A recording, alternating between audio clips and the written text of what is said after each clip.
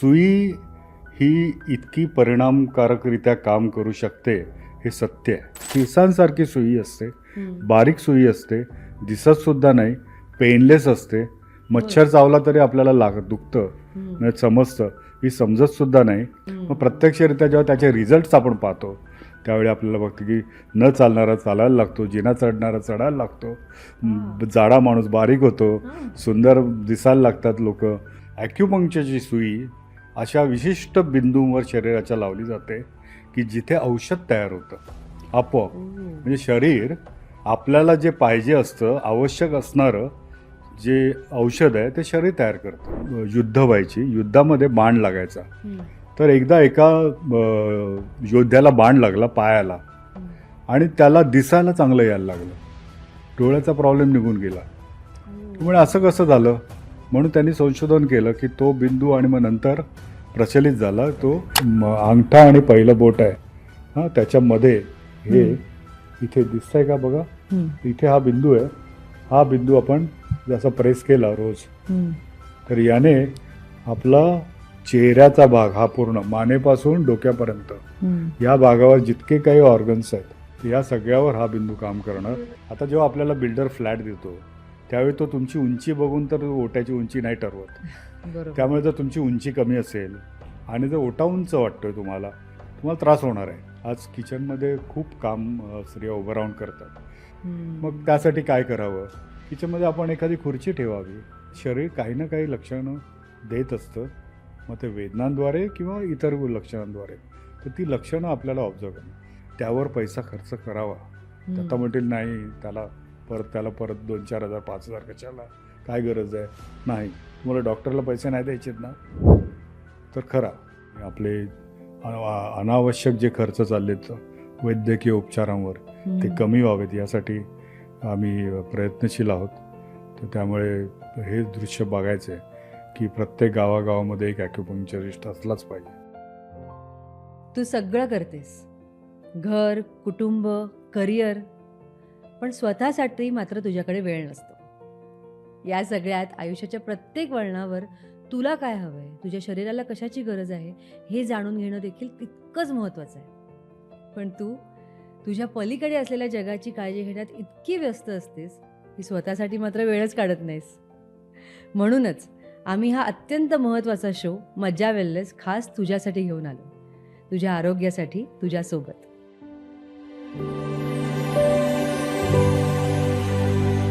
नमस्कार, मी खुशबू. मज्जा वेलनेसच्या आजच्या या कार्यक्रमात तुमचं मनापासून स्वागत आहे. सुई टोचून एखादी वेदना कायमची बरी होऊ शकते का?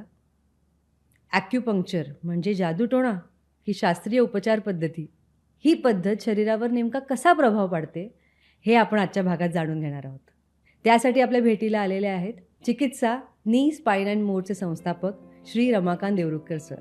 गेल्या 40 वर्षांहून अधिक काळ चिकित्सा, ॲक्युपंक्चर, आयुर्वेद, फिजिओथेरपी, कायरोप्रॅक्टिक आणि जगभरातील विविध आधुनिक उपचार पद्धतींचे प्रभावी इंटिग्रेशन करून लाखो रुग्णांना त्यांच्या वेदनांपासून मुक्त करत आहेत. गुडघेदुखी असो, स्लिप डिस्क असो, मायग्रेन, हॉर्मोनल प्रॉब्लेम्स किंवा क्रॉनिक वेदना, समस्येच्या अगदी मुळाशी जाऊन ट्रीटमेंट देणं हे चिकित्सेच्या टीमची ओळख आहे. आज आपण जाणून घेणार आहोत की सुई शरीरात गेल्यानंतर नेमकं काय होतं, त्याचा मेंदूवर कसा परिणाम होतो आणि ही उपचार पद्धती इतकी प्रभावशाली कशी काय आहे. तुम्हालाही जर या तज्ज्ञांचा सल्ला घ्यायचा असेल तर याच्या डिटेल्स आम्ही या व्हिडिओच्या खाली डिस्क्रिप्शनमध्ये दिलेले आहेत. त्याचबरोबर पिन केलेल्या कमेंटमध्ये सुद्धा आहेत, तुम्ही यांना संपर्क साधू शकता. चला तर मग आजच्या भागाला सुरुवात करूया. साधे, समजण्यास सोपं, उपचारक्षम मार्गदर्शन करणारे, त्याचबरोबर तुमच्या आरोग्याच्या प्रवासाला योग्य दिशा दाखवणारे श्री रमाकांत देवरुखकर सर यांचा. नमस्कार सर. नमस्कार. आजच्या भागात तुमचं मनापासून स्वागत आहे. धन्यवाद. अगदी महत्त्वपूर्ण चर्चा करणार आहोत आणि त्यातला अत्यंत महत्त्वाचा पहिला प्रश्न, ॲक्युपंक्चर म्हणजे काय? बरोबर. तुम्ही मगापासून जो उल्लेख करतात की सुई टोचून बरं होता येतं का, म्हणजे सुई हा शब्द हा अतिशय मुख्य आहे या आपल्या आजच्या संभाषणामध्ये. आणि सुई म्हटलं की अगदी लहानपणापासून बाळाला सुद्धा घाबरवलं जातं की तू जर जेवला नाहीस तर तुला बघा डॉक्टरकडे नेऊन मोठी सुई लावणार. म्हणजे सुईची भीती ही आपल्याला अगदी लहानपणापासून प्रत्येकाला दाखवून द्यायचे पूर्वी. हल्ली होत नाही ते, खरं. पण ते पूर्वीच्या काळात तो एक काय म्हणतात त्याला, आईकडे एक वेगळीच छडी होती बरोबर. आणि त्याने ते मूल जेवायचं. आता मोबाईल देतात जेवण्यासाठी. हा फरक आहे. हो. पण एक वेळ ती सुई परवडली, पण ते मोबाईल नको अशी खरं. परिस्थिती आजकाल झालेली आहे. तर सुई ही इतकी परिणामकारकरित्या काम करू शकते, हे सत्य आहे. ओके. अतिशय सत्य आहे. आता असं आपल्याला वाटतं की सुई म्हणजे इंजेक्शनची सुई आणि ॲक्युपंक्चरची सुई, या दोन्हीमध्ये खूप फरक आहे. बरं. ॲक्युपंक्चरच्या सुईमधून कुठलंही औषध जात नाही, पण आपण जेव्हा इंजेक्शन्स घेतो त्यामधून औषध आतमध्ये जातं. प्रविष्ट केलं जातं आणि त्या औषधामुळे आपल्या शरीरामध्ये परिणाम होत असतो. ॲक्युपंक्चरची सुई अशा विशिष्ट बिंदूंवर शरीराच्या लावली जाते की जिथे औषध तयार होतं आपोआप. म्हणजे शरीर आपल्याला जे पाहिजे असतं, आवश्यक असणारं जे औषध आहे ते शरीर तयार करतं. आणि हा याचा जो इतिहास आहे ॲक्युपंक्चरचा, अगदी रामायण महाभारत वेदकालीन याचा इतिहास आहे. त्यावेळी ॲक्युपंक्चर शब्द नव्हता, पण त्यावेळी मर्मशास्त्र असा शब्द होता. आणि तुम्ही पाहिलं असेल की धनुर्विद्या आपल्याकडे खूप प्रसिद्ध होती. महाभारतामध्ये आपण पाहिलं असेल. बरोबर. रामायणात जसं रामाने धनुष्यबाण वापरला होता आणि रावणाला त्याने त्याचा वध केला होता. तर रावणाला कुठे मारायचं म्हणजे त्याचा वध होईल, तर तो जो बिंदू होता तो मर्मबिंदू होता की त्या मर्मावर तो आघात केला की तो मृत्यू पावणार. अशी म्हण सुद्धा आहे, अशी मर्मावर बोट ठेवणे. अच्छा, ते इथूनच आलं. अगदी बरोबर. तर तशा पद्धतीने तो अभ्यास खूप होता वेदकालीन वेदांमध्ये. त्यावेळेच्या शास्त्र त्यावेळी वापरलं. त्यावेळी धनुर्विद्या शिकत असताना हे मर्मशास्त्र शिकवलं जायचं.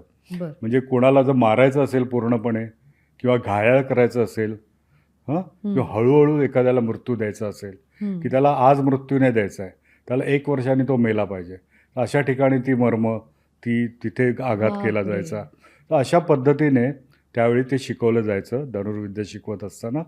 आणि त्यावेळी मर्म जसं एखाद्याचं मृत्यूसाठी किंवा त्याला घायाळ करण्यासाठी असायचे, तसंच त्याला हील करण्यासाठी सुद्धा ही मर्म वापरली जायची. त्यामुळे जेव्हा हे द्वंद्वयुद्ध किंवा वेगवेगळी युद्ध करायचे त्यावेळी त्यांना शरीराला मार लागायचा, त्यांना पण दुखणी व्हायची. आणि त्यावेळी मग त्यासाठी त्यांना मर्मविद्या शिकवली जायची आणि मग तिथले वैद्य त्या मर्मावर ट्रीटमेंट करायचे आणि ते परत दुसऱ्या दिवशी युद्धासाठी ताजेतवाने व्हायचे. त्यावेळी असं नव्हतं की आज युद्ध झालं की 8 दिवस बाबा सुट्टी आणि मग दुसऱ्या वर्षी परत युद्ध करायचंच आहे. बरोबर. मग त्यावेळी प्रत्येकाला परत फिट व्हायला पाहिजे. त्यामुळे मग हे स्वतः ते मर्म चिकित्सा करायचे एकमेकांवर. आणि मग पुढे हळूहळू जाऊन याचं शास्त्र पुढे वाढत गेलं. आणि मग पूर्वी सुया नव्हत्या, पूर्वी मग दगडाने केलं जायचं. दगडाच्या सुया बनवल्या जायच्या, बांबूच्या सुया बनवल्या जायच्या, त्याने ट्रीटमेंट केली जायची. आणि हळूहळू मग ह्या आपल्याकडे वेगवेगळ्या प्रकारच्या सुयांचा शोध लागला. त्यामध्ये ॲक्युपंक्चरमध्ये केसांसारख्या पातळ सुया असतात आणि चांदीच्या असतात, सोन्याच्या असतात, तांब्याच्या असतात, प्लॅटिनमच्या असतात, टिटॅनियमच्या, म्हणजे वेगवेगळ्या धातूंपासून बनवलेल्या सुया असतात. आणि त्याचे इफेक्टसुद्धा आपल्या शरीरावर वेगवेगळे होतात. ओके. म्हणजे ही सुई शरीरात गेल्यानंतर नेमका उपचार कसा सुरू होतो? Very good. मी याच प्रश्नाचा वाट पाहत होतो. आपल्या शरीरामध्ये आपलं जे शरीर जे चाललं आहे त्या शरीर एक एनर्जी आहे. आपल्या शरीरामध्ये वेगवेगळे ऑर्गन्स आहेत, आपल्या बिंदू आहे, आपण हालचाल करतो आहे, आपण पाहतो आहे, मी आता बोलतो आहे. हे कशामुळे बोलतो? तर कुठली तरी एक एनर्जी आहे. शरीरामध्ये एक प्राणशक्ती आहे. त्याचा शोध लागला गेला हजारो वर्षांपूर्वी. मग ही जर प्राणशक्ती आपण मानली, या ब्रह्मांडामध्ये सुद्धा जे काही चाललं आहे ते सुद्धा एक प्राणशक्ती आहे. ब्रह्मांडामध्ये एक मोमेंट आहे. ब्रह्मांडामध्ये सुद्धा पंचमहाभूत आपण म्हणतो ना, पृथ्वी, आप, तेज, वायू, आकाश, तेच आपल्या शरीरामध्ये पण आहे. आणि हेच ब्रह्मांडात जशी स्थित्यंतरं होतात तशीच आपल्या बॉडीमध्ये होत असतात. ब्रह्मांडामध्ये जर काही चेंजेस आले, जर हीट वाढली, महापूर आला, भूकंप झाला, तर आपल्या शरीरामध्ये सुद्धा त्याचे परिणाम होत असतात. कारण त्या पंचमहाभूतातूनच आपण आलेलो आहोत. तर ही जी एनर्जी आहे आपल्या शरीरामध्ये, तर प्रत्येक ऑर्गनची एनर्जी आहे. लिव्हरची एनर्जी आहे, हार्टला एनर्जी आहे, किडनीची एक वेगवेगळी एनर्जी आहे. त्या एनर्जी शास्त्रावर हे काम करतं ॲक्युपंक्चर. जर आपण म्हटलं की एक मृत शरीर आहे आणि एक जिवंत शरीर आहे. मृत शरीरात पण सगळं आहे, हार्ट, लिव्हर, किडनी वगैरे सगळं आहे ना, डोळे आहेत, पण ते चल अवस्थेत नाही आहेत. बरोबर. मग ह्या आपण चल अवस्थेत आहोत, जे जिवंत शरीर आहे. म्हणजेच आपण प्राणशक्तीवर विश्वास ठेवतोय. बरोबर. प्राण आहे म्हणून आपण जिवंत आहोत. मग हा प्राण येतो कुठून, कशा पद्धतीने चालतो, कुठून कुठपर्यंत जातो, किती प्रमाणात जातो. पर्टिक्युलर प्रमाणात प्राण गेल्याशिवाय शरीर चालणार नाही आहे. त्याचा एक पर्टिक्युलर वेग असतो, स्पीड असतो, त्याची एक बॅलन्स अवस्था असते. ही अवस्था जर बिघडली शरीरामध्ये तर ती ऊर्जा नियंत्रित करण्यासाठी ॲक्युपंक्चर काम करतं. आणि ॲक्युपंक्चरिस्टना माहीत असतं की कुठे सुई लावली की ती ऊर्जा नीट होणार आहे. म्हणजे समजा लिव्हरची ऊर्जा नीट नसेल, हार्टची ऊर्जा जर नीट नसेल, जर हार्ट अटॅक येणार असेल तर ॲक्युपंक्चरिस्टना माहीत पडतं. हार्ट अटॅक आल्यानंतर काय नेमकं झालेलं आहे ते ॲक्युपंक्चरिस्टना माहीत असतं. कुठे जाऊन सुई लावली की प्रवाह परत जो अडथळा आलेला आहे तो दूर होऊन ते नॉर्मल होऊ शकते, ॲक्युपंक्चरिस्टना माहीत असतं. तर जसं मी आत्ता तुम्हाला सांगतोय की ऊर्जा आपल्या शरीरामध्ये हार्ट आहे, लिव्हर आहे, किडनी आहे, लंग्स आहेत, हे सगळीकडे एक ऊर्जा आहे आणि त्या ऊर्जेशिवाय चालत नाही. तिथे मुवमेंट आहे आणि ही मुवमेंट बॅलन्स अवस्थेत असेल तर आपण निरोगी असतो.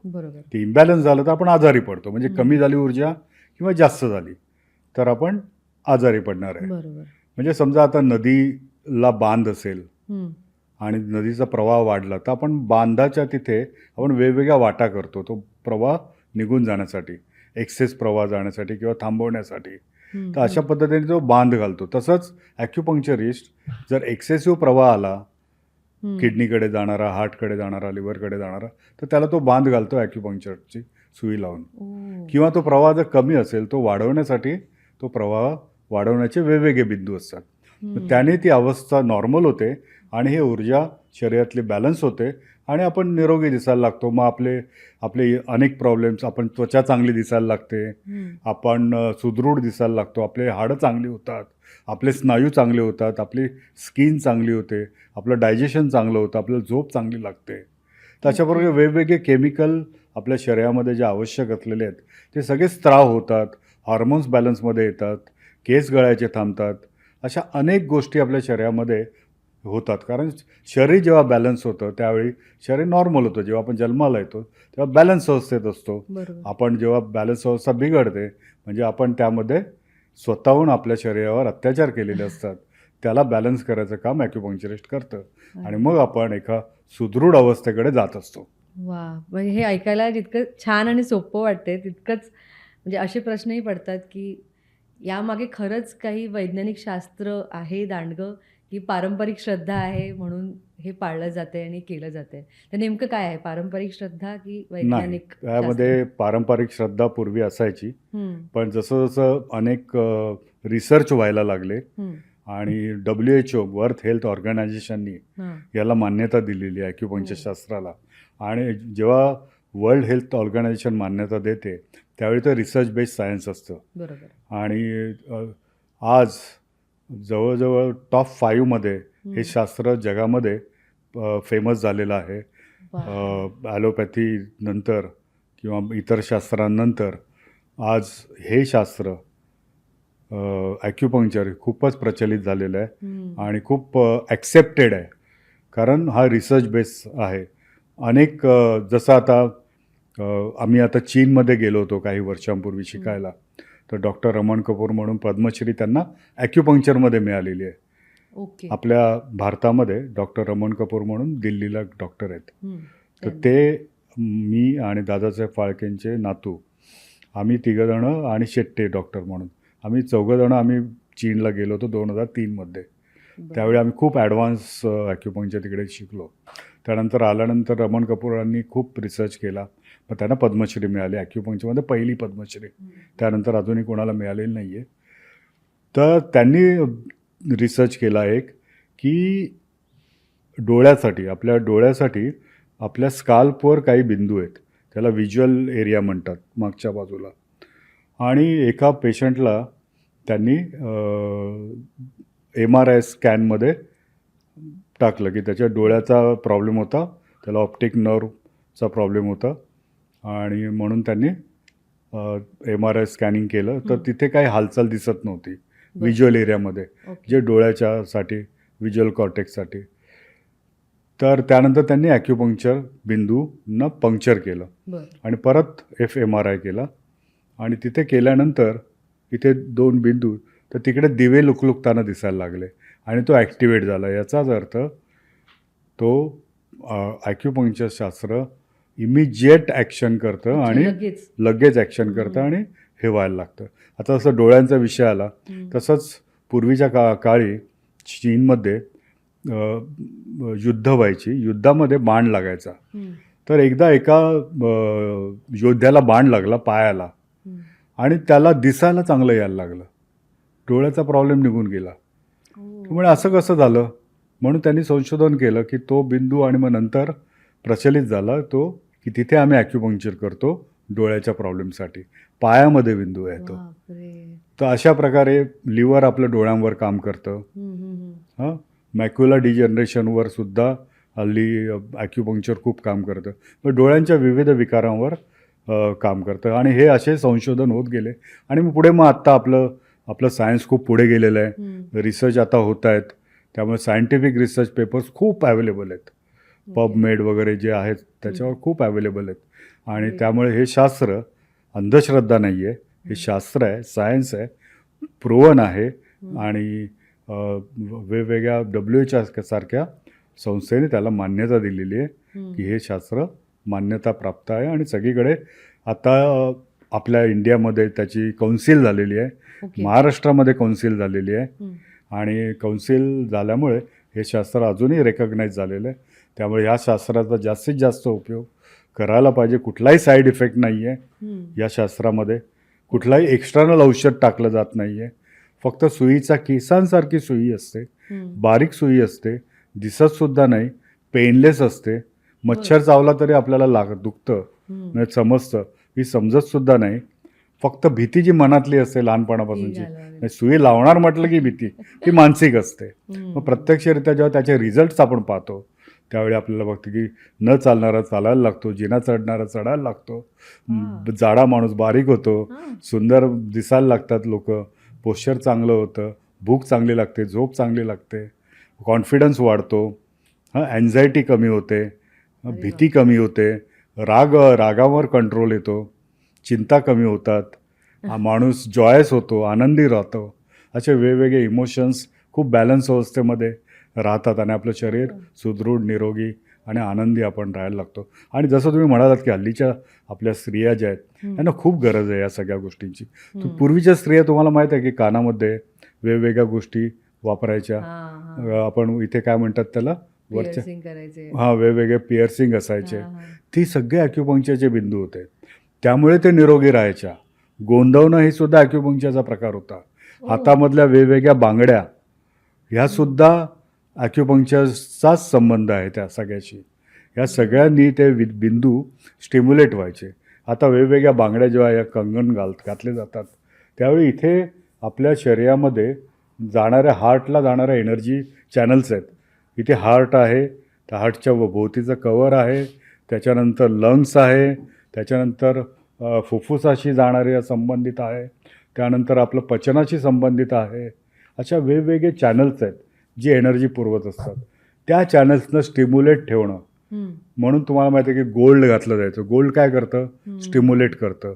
चांदी शांत करतं. त्यामुळे अपर बॉडीला सोनं घालायचं आणि पायामध्ये चांदी घालायची, कारण चांदी शांत करते.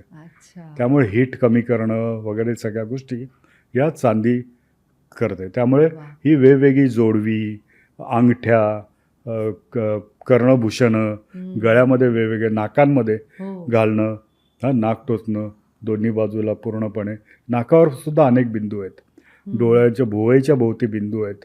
म्हणजे बिंदू नाही असा भागच नाही आहे की जिथे ॲक्युपंक्चरचे बिंदू आहेत. प्रत्येकाचं महत्त्व आहे.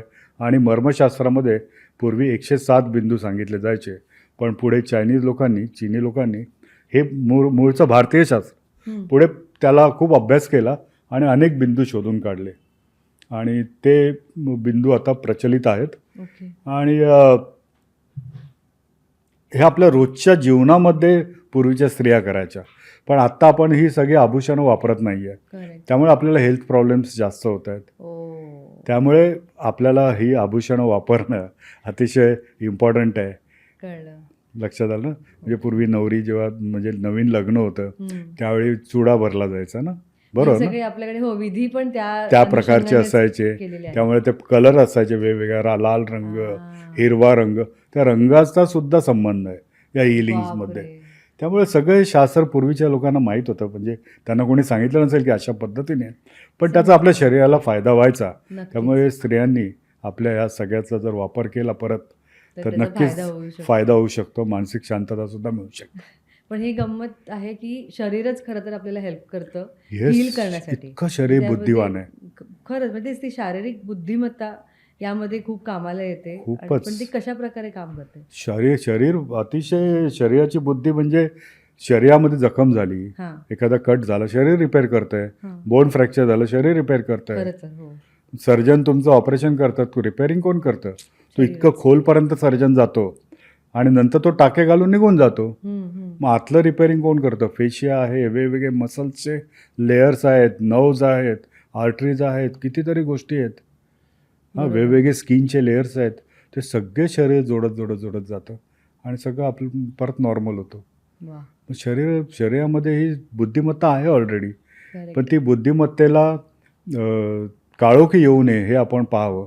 म्हणजे त्याची जी हिलिंग पॉवर आहे ती कायम चांगली राहावी, यासाठी आपल्याला सुद्धा काही नियम पाळणं आवश्यक आहे. ते जर आपण नियम पाळले तर शरीराची बुद्धिमत्ता चांगली राहते आणि आपलं सेल्फ हिलिंग होत असतं. त्यासाठी वेळ द्यावं लागतं. आपण बघितलं असेल की प्राणी जेव्हा ते आजारी पडतात ते लंघन करतात, खात नाहीत, हो, आणि त्यामुळे ते शरीराला वेळ देतात हिलिंगला. आपण आजारी पडलो तरी आपण खातच असतो, खात राहतो. बरोबर. हो की नाही? हम्म. तर त्यामुळे आपल्या शरीराला आपण वेळ देत नाही हिलिंगसाठी. हो. त्यामुळे जे प्राण्यांना कळतंय ते आपल्याला कळत नाही आता. खरं तर त्यांची बुद्धिमत्ता जास्त जास्त आहे या चांगली बाबतीत. झालेली खरं आहे. आहे, खरं आहे. पण यामध्ये मला वाटतं महिलांना एक प्रश्न कायम पडू शकतो, तो म्हणजे ॲक्युपंक्चर आणि ॲक्युप्रेशर हां, यामध्ये नेमका काय फरक आहे. बरं. कसं आहे, ॲक्युप्रेशर आणि ॲक्युपंक्चरचं सायन्स एकच आहे, हम्म. पण ॲक्युप्रेशरमध्ये हातांनी दाब दिला जातो अच्छा. आणि ॲक्युपंक्चरमध्ये सुईने केला जातो. पण बरं. सुईचा इफेक्ट हा खूप जास्त असतो, हम्म. जास्त खोलवर असतो. कारण सुई आपल्याला पाहिजे तिथपर्यंत आपण, कारण तुम्ही पाहिलं की शरीरामध्ये वेगवेगळे कनेक्टिव्ह टिश्यू आहेत हम्म. आणि त्याला नर्व्ज एंडिंग्स आहेत. बरोबर. त्याच्यानंतर वेगवेगळे मसल्सचे असे लेयर्स आहेत. एकच मसल्स नाही, डीप मसल्ससुद्धा आहेत. आता तिथमधल्या आपल्या ज्या कनेक्टिव्ह टिश्यूजना किंवा तिथे असलेल्या फेशियाला, तिथल्या असलेल्या नर्व्ज एंडिंगना, तिथपर्यंत जर आपल्याला हिलिंग पाहिजे असेल तर ॲक्युपंक्चर हे अतिशय उपयुक्त ठरतं आणि त्यामुळे फास्ट हिलिंग होतं. ॲक्युप्रेशर आपल्याला स्नायूंवर, वेगवेगळ्या दुखण्यावर काम करतं, पण ॲक्युपंक्चर त्याहीपेक्षा जाऊन ते रिपेअर करतं आणि वेगवेगळे आपले हॉर्मोन्स, केमिकल्स, हे जे स्त्राव करायचे ज्या गोष्टी आहेत अशी ब्रेनमधून येणाऱ्या, तर त्याच्यासाठी ते खूप उपयुक्त ठरतं. ओके. त्यामुळे ॲक्युपंक्चर हे जास्त इफेक्टिव्ह आहे. आता तुम्ही एखादा बिंदू जर दाबायचा म्हटला हम्म. तर ॲक्युप्रेशरमध्ये आपण 30 मिनटं 20 मिनटं नाही दाबून ठेवू शकत, हम्म. पण एक सुई लावली तर आम्ही 20 मिनटापर्यंत ते ती ठेवू सुई रिटेन ठेवतो तिथे. हम्म. तर ती 20 मिनटं सुई जेव्हा तिथे राहते त्यावेळी ती तिथे सतत काम करत राहते आणि मग आपलं हिलिंग चांगलं होतं. अरे वा. बघ, या सगळ्या प्रोसेसमध्ये वेदना आपण बरी करत असतो, कायम तेच असतं. हां. पण वेदना म्हणजे नेमकं काय असतं, म्हणजे शरीराकडून कोणते सिग्नल दिले जातात. ती एक वेदना म्हणजे इजा की मेंदूची प्रतिक्रिया असं म्हणता येईल. बरोबर, अतिशय सुंदर प्रश्न आहे. कारण वेदना म्हटली ना की वेदनेला आपण दाबणं हेच हल्ली सुरू आहे. वेदना म्हणजे आपलं शरीर सांगत असतं. म्हणजे मूल जेव्हा रडतं ना हां, त्यावेळी ते रडणं म्हणजे काय असतं की त्याला सांग नाही, त्याला काहीतरी होतंय. बरोबर. आता काय होतंय ते कोणी शोधायचं, तर आईने शोधायचं. करेक्ट. मग त्याला पोटात दुखतंय, डोकं दुखतंय, त्याला भूक लागली आहे, की त्याला नेमकं काय पाहिजे. रडणं हे सिग्नल आहे, बरोबर. तसं वेदना एक सिग्नल आहे. हम्म. शरीर सांगतंय की मला वेदना इथे होते, तू ओळख मला काय पाहिजे. ओ. हां, म्हणजे जेव्हा हातामध्ये वेदना होते हम्म. त्यावेळी ती 2 प्रकारची असू शकते. एक हार्टशी संबंधित, एक मानेशी संबंधित. बर. मग अनेक जण छाती आणि हातात किंवा मानेत आणि हातात जेव्हा वेदना व्हायला लागते त्यावेळी जाऊन ECG काढणं आणि वेगवेगळ्या टेस्ट करून घेणं करतात आणि त्यावेळी त्यांना कळतं की अरे नाही, काही नॉर्मल आहे. मग त्यावेळी पाहायला पाहिजे की मानेशी मानेच्या नसांशी संबंधित ही वेदना आहे का. म्हणजे 2 प्रकारे त्याचं डायग्नोसिस केलं जातं. अशा प्रकारे वेगवेगळ्या वेदनांचं आपण डायग्नोसिस करायला हवं की नेमकी ही वेदना कसली आहे. बरोबर. माझं डोकं दुखतं आहे, मायग्रेन झालं आहे, म्हणजे मला कशामुळे मायग्रेन झालं आहे, मला हायपर ॲसिडिटी आहे, माझी झोप पूर्ण होत नाही आहे, मला खूप स्ट्रेस आहे का, कशामुळे मला हे होतं आहे. या सगळ्या गोष्टींचा आपल्याला शोध घ्यावा लागतो. हल्ली काय झालं की वेगवेगळ्या जी लक्षणं आपल्याला दिसतात वेदनांची, त्या लक्षणांचं एक एकत्रित करून त्याला एक गोंडस नाव दिलं जातं. पण त्याचा जो रूट कॉज आहे की नेमकी ही वेदना कुठून आली, कशामुळे आली आहे, ते शोधणं फार इम्पॉर्टंट आहे. जसं गुडघ्याची वेदना आहे, कंबरदुखी आहे, मानदुखी आहे, डोकेदुखी आहे, ही नेमकी कशामुळे होते आपल्याला. म्हणजे आपला जो गुडघा दुखतोय एखाद्या स्त्रीचा 35व्या वर्षी, 40व्या वर्षी, 50व्या वर्षी, मग माझा गुडघा खराबच झाला आहे का, माझा वेदना झाली म्हणजे माझा गुडघा गेला तर मला बदलायला लागेल असं नाही आहे. तो शोधायला पाहिजे, तुझा गुडघ्याचा एक्सरे काढायला पाहिजे, स्नायू संस्था बघायला पाहिजे, स्नायू वीक झालेत का, कुठे काय झालं आहे, कुठे मार लागला आहे का, कुठे इन्फ्लामेशन आहे का, शरीरामध्ये रक्ताच्या मध्ये काही बदल झालेत का, म्हणजे कुठे युरिक ॲसिड वाढलं आहे का. असे वेगवेगळे जे मार्कर्स आहेत त्यातनं ते शोधलं की आपल्याला कळतं आणि त्याची चिकित्सा केली की आपण बरे होतो. पण लगेच वेदना झाली म्हणजे घाबरून जायचं नाही आहे.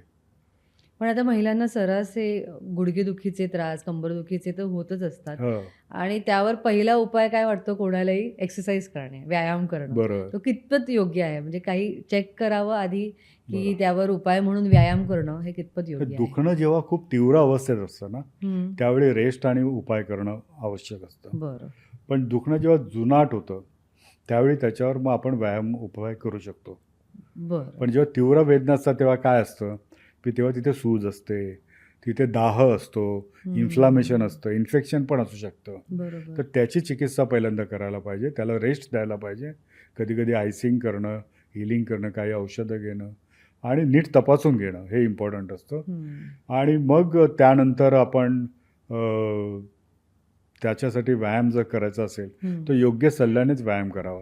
कधी कधी काय होतं की बरेच जण सल्ला देतात की खूप चालायला लाग, तुझं दुखणं कमी होऊन जाईल, आणि मग चालण्याने गुडघेदुखी आणखी वाढते. कारण आधी आपण ते पेन कंट्रोलमध्ये आणलेलं नसतं आणि मग आपण चालायला जातो. त्यामुळे आमच्याकडे जेव्हा रुग्ण येतो आपल्या चिकित्सा नी स्पाईन अँड मोअरमध्ये आपण मुख्यत्वे करून गुडघेदुखीचे जे रुग्ण आहेत त्यांच्यावर खूप लक्ष देतो की हल्ली ऑपरेशन जी खूप व्हायला लागली आहेत त्यावर आम्ही अनेक वर्ष संशोधन करतो आहे की ही ऑपरेशन्स टाळावीत. ऑपरेशनची गरज आहे का प्रत्येक रुग्णाला, प्रत्येक गुडघेदुखीच्या रुग्णाला, तर नाही आहे.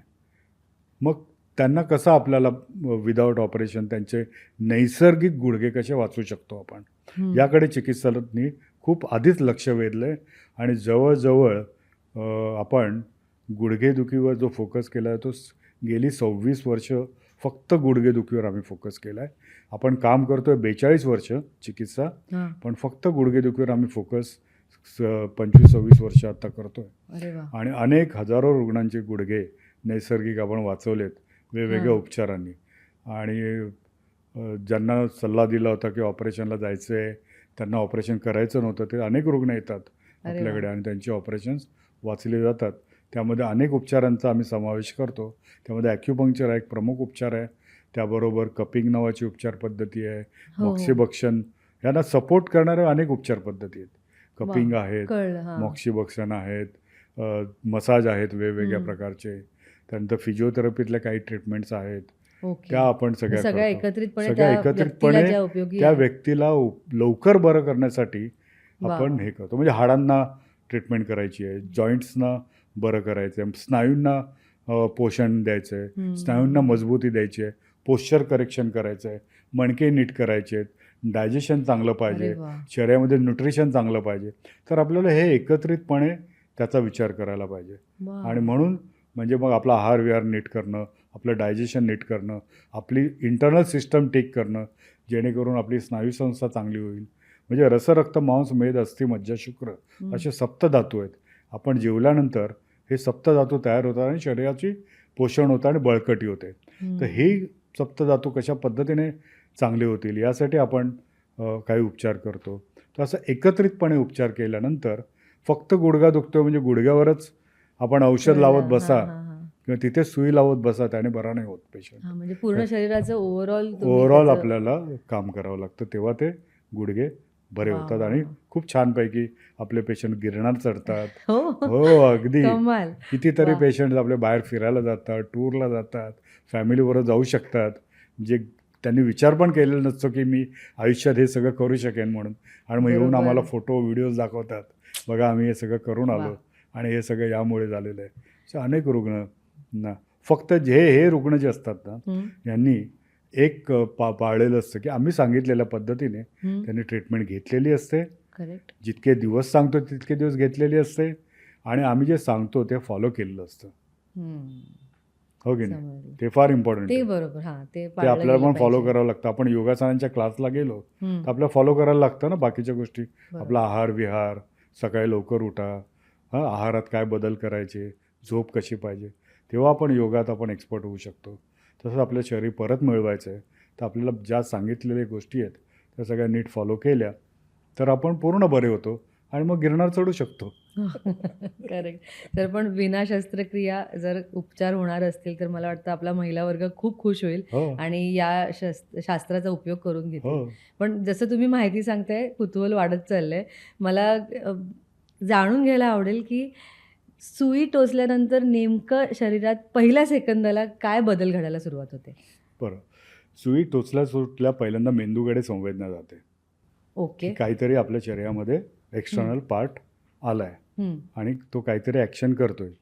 सुई टोचल्याबरोबर मेंदूकडे एका सेकंदात संवेदना जाते आणि मेंदू पाहायला लागतो की हे नेमकं आता त्या भागाला काय पाहिजे हं. आणि त्या प्रकारचे केमिकल्स तिथे सोडले जातात. सेरोटोनिन नावाचं जर केमिकल पाहिजे असेल, हं. जो आपल्याला मन शांत करण्यासाठी, झोपेसाठी, स्ट्रेससाठी, अँझायटीसाठी उपयोगी आहे. तर तिथे सुई टोचली असेल त्याच्यासाठी तर ते स्त्राव होतो. तर अशा प्रकारचे वेगवेगळे केमिकल स्त्राव केले जातात आणि मग ते सैन्य पाठवलं जातं. म्हणजे तो संदेश गेला हं. कुणाकडे? पंतप्रधानांकडे. मेंदूकडे. मेंदूकडे गेला. हं. पंतप्रधानांकडे ते लेटर गेलं. त्यांनी ते ताबडतोब त्यांच्या अधिकाऱ्यांना सांगितलं की आपापल्या त्या ठिकाणी जाऊन बघा, तो त्यातला गुडघेदुखी आहे, तिथे एक काम करा, तिथे जाऊन बघा त्याला झोप येत नाही, तर हे केमिकल पाठवा. तिथे बघा त्याचं डायजेशन बरोबर नाही आहे, त्याच्यासाठी हे केमिकल पाठवा. अशा पद्धतीने ते आदेश देतं आणि मग त्या पद्धतीने तिथे ते पाठवलं जातात. ॲक्युपंक्चरिस्ट हे पत्र पाठवतो एका सुईद्वारे मेंदूकडे पंतप्रधानांना आणि पंतप्रधान ही सगळे कामं कामं करतात, करून सगळे घेतात. अधिकाऱ्यांना कामाला लावतात वा, वा, आणि मग वा. ते काम वेळेमध्ये संपवायचं हे काम त्यांचं असतं. हं. त्यासाठी ॲक्युपंक्चरिस्ट परत सुई लावतात. दुसऱ्या दिवशी परत सुई जोपर्यंत लावतात. ते काम पूर्ण होत नाही. 10 दिवस तुम्ही या, 15 दिवस या, 20 दिवस या आणि मग हां. आम्ही ते सतत ते अधिकाऱ्यांना रोज कामाला जाऊन त्यांच्या लावतो. टेबलावर बसतो आणि त्यांना सांगतो हे काम पूर्ण करा.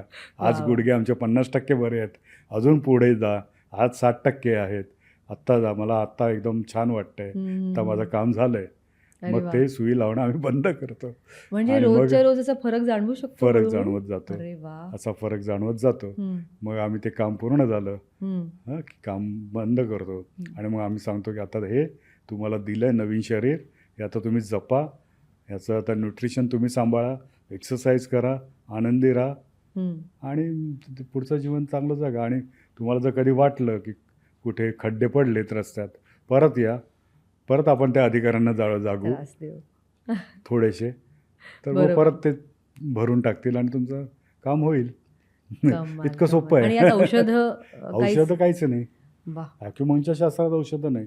आयुर्वेदिक शास्त्रामध्ये आपण औषध देतो. हं, आपल्याकडे आयुर्वेदसुद्धा आपल्या चिकित्सामध्ये होतं. हं, हं. आयुर्वेद फिजिशियन्स असतात आपल्याकडे, बरं. जे इंटरनल औषधं सपोर्ट देण्यासाठी की बाबा लवकरात लवकर डायजेशन सुरुवात व्हावी, हं, इन्फ्लामेशन कमी व्हावं हं, म्हणून सपोर्ट करण्यासाठी, जसं चीनमध्ये हर्बल मेडिसिन देतात चीनी हं, हं. आणि ॲक्युपंक्चर करतात, तसं आपल्याकडे आयुर्वेदिक मेडिसिन गरज असेल तरच आम्ही देतो हं. आणि मग ॲक्युपंक्चर करतो. ओके. आणि ॲक्युपंक्चरचे साधारण किती सेशन्स घ्यावे लागतात? साधारणतः 10 दिवसांपासून ते 3 महिन्यांपर्यंत सेशन आजाराची जी सिव्हिअरिटी आहे हं. त्याप्रमाणे आपण ते देत असतो. आणि सलग घ्यावे लागतात? कधी सलग असतात, कधी मध्ये गॅप्स असतात, कधी 10 दिवस सलग असतात किंवा आठवड्यातून 3दा, असं करून जसं सिव्हिअरिटी आहे त्याप्रमाणे केलं जातं. स्किनसाठी करायचे असतात जेव्हा आम्हाला ॲक्युपंक्चर, ते आम्ही थोडं सलग बोलवतो. कारण जेव्हा स्किनसाठी सुद्धा खूप मी रिसर्च केला होता. 2002मध्ये मी पेपर प्रेझेंटेशन केलं होतं वर्ल्ड काँग्रेसमध्ये स्किनवर आणि treatment of skin disorders with modern acupuncture असं करून मी त्यावेळी पेपर प्रेझेंटेशन केलं होतं आणि त्याला मला पहिलं बक्षीस मिळालं होतं इंटरनॅशनल काँग्रेसमध्ये. आणि त्याचं झालं असं होतं की ते पेपर प्रेझेंटेशन करायच्या आधी माझ्याकडे एक नोकरी मागण्यासाठी एक युवक आला होता आणि तो म्हणतो की मला तुमच्याकडे मी नॅचरोपॅथी शिकलो आहे, मला तुमच्याकडे काम करायचं आहे.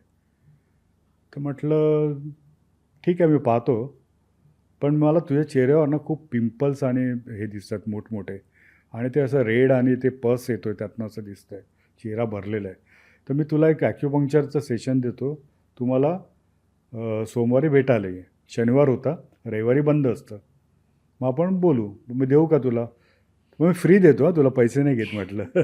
तर म्हटलं ठीक आहे. मला वाटलं चला याच्यावर प्रयोग करू, कारण त्याआधी काही पेशंट्सवर आम्ही काम करत होतो तर आम्हाला दिसत होतं की स्किनमध्ये खूप फरक पडतो आहे. पण याच्यावर एक प्रयोग म्हणून मी म्हटलं असंच करून बघू.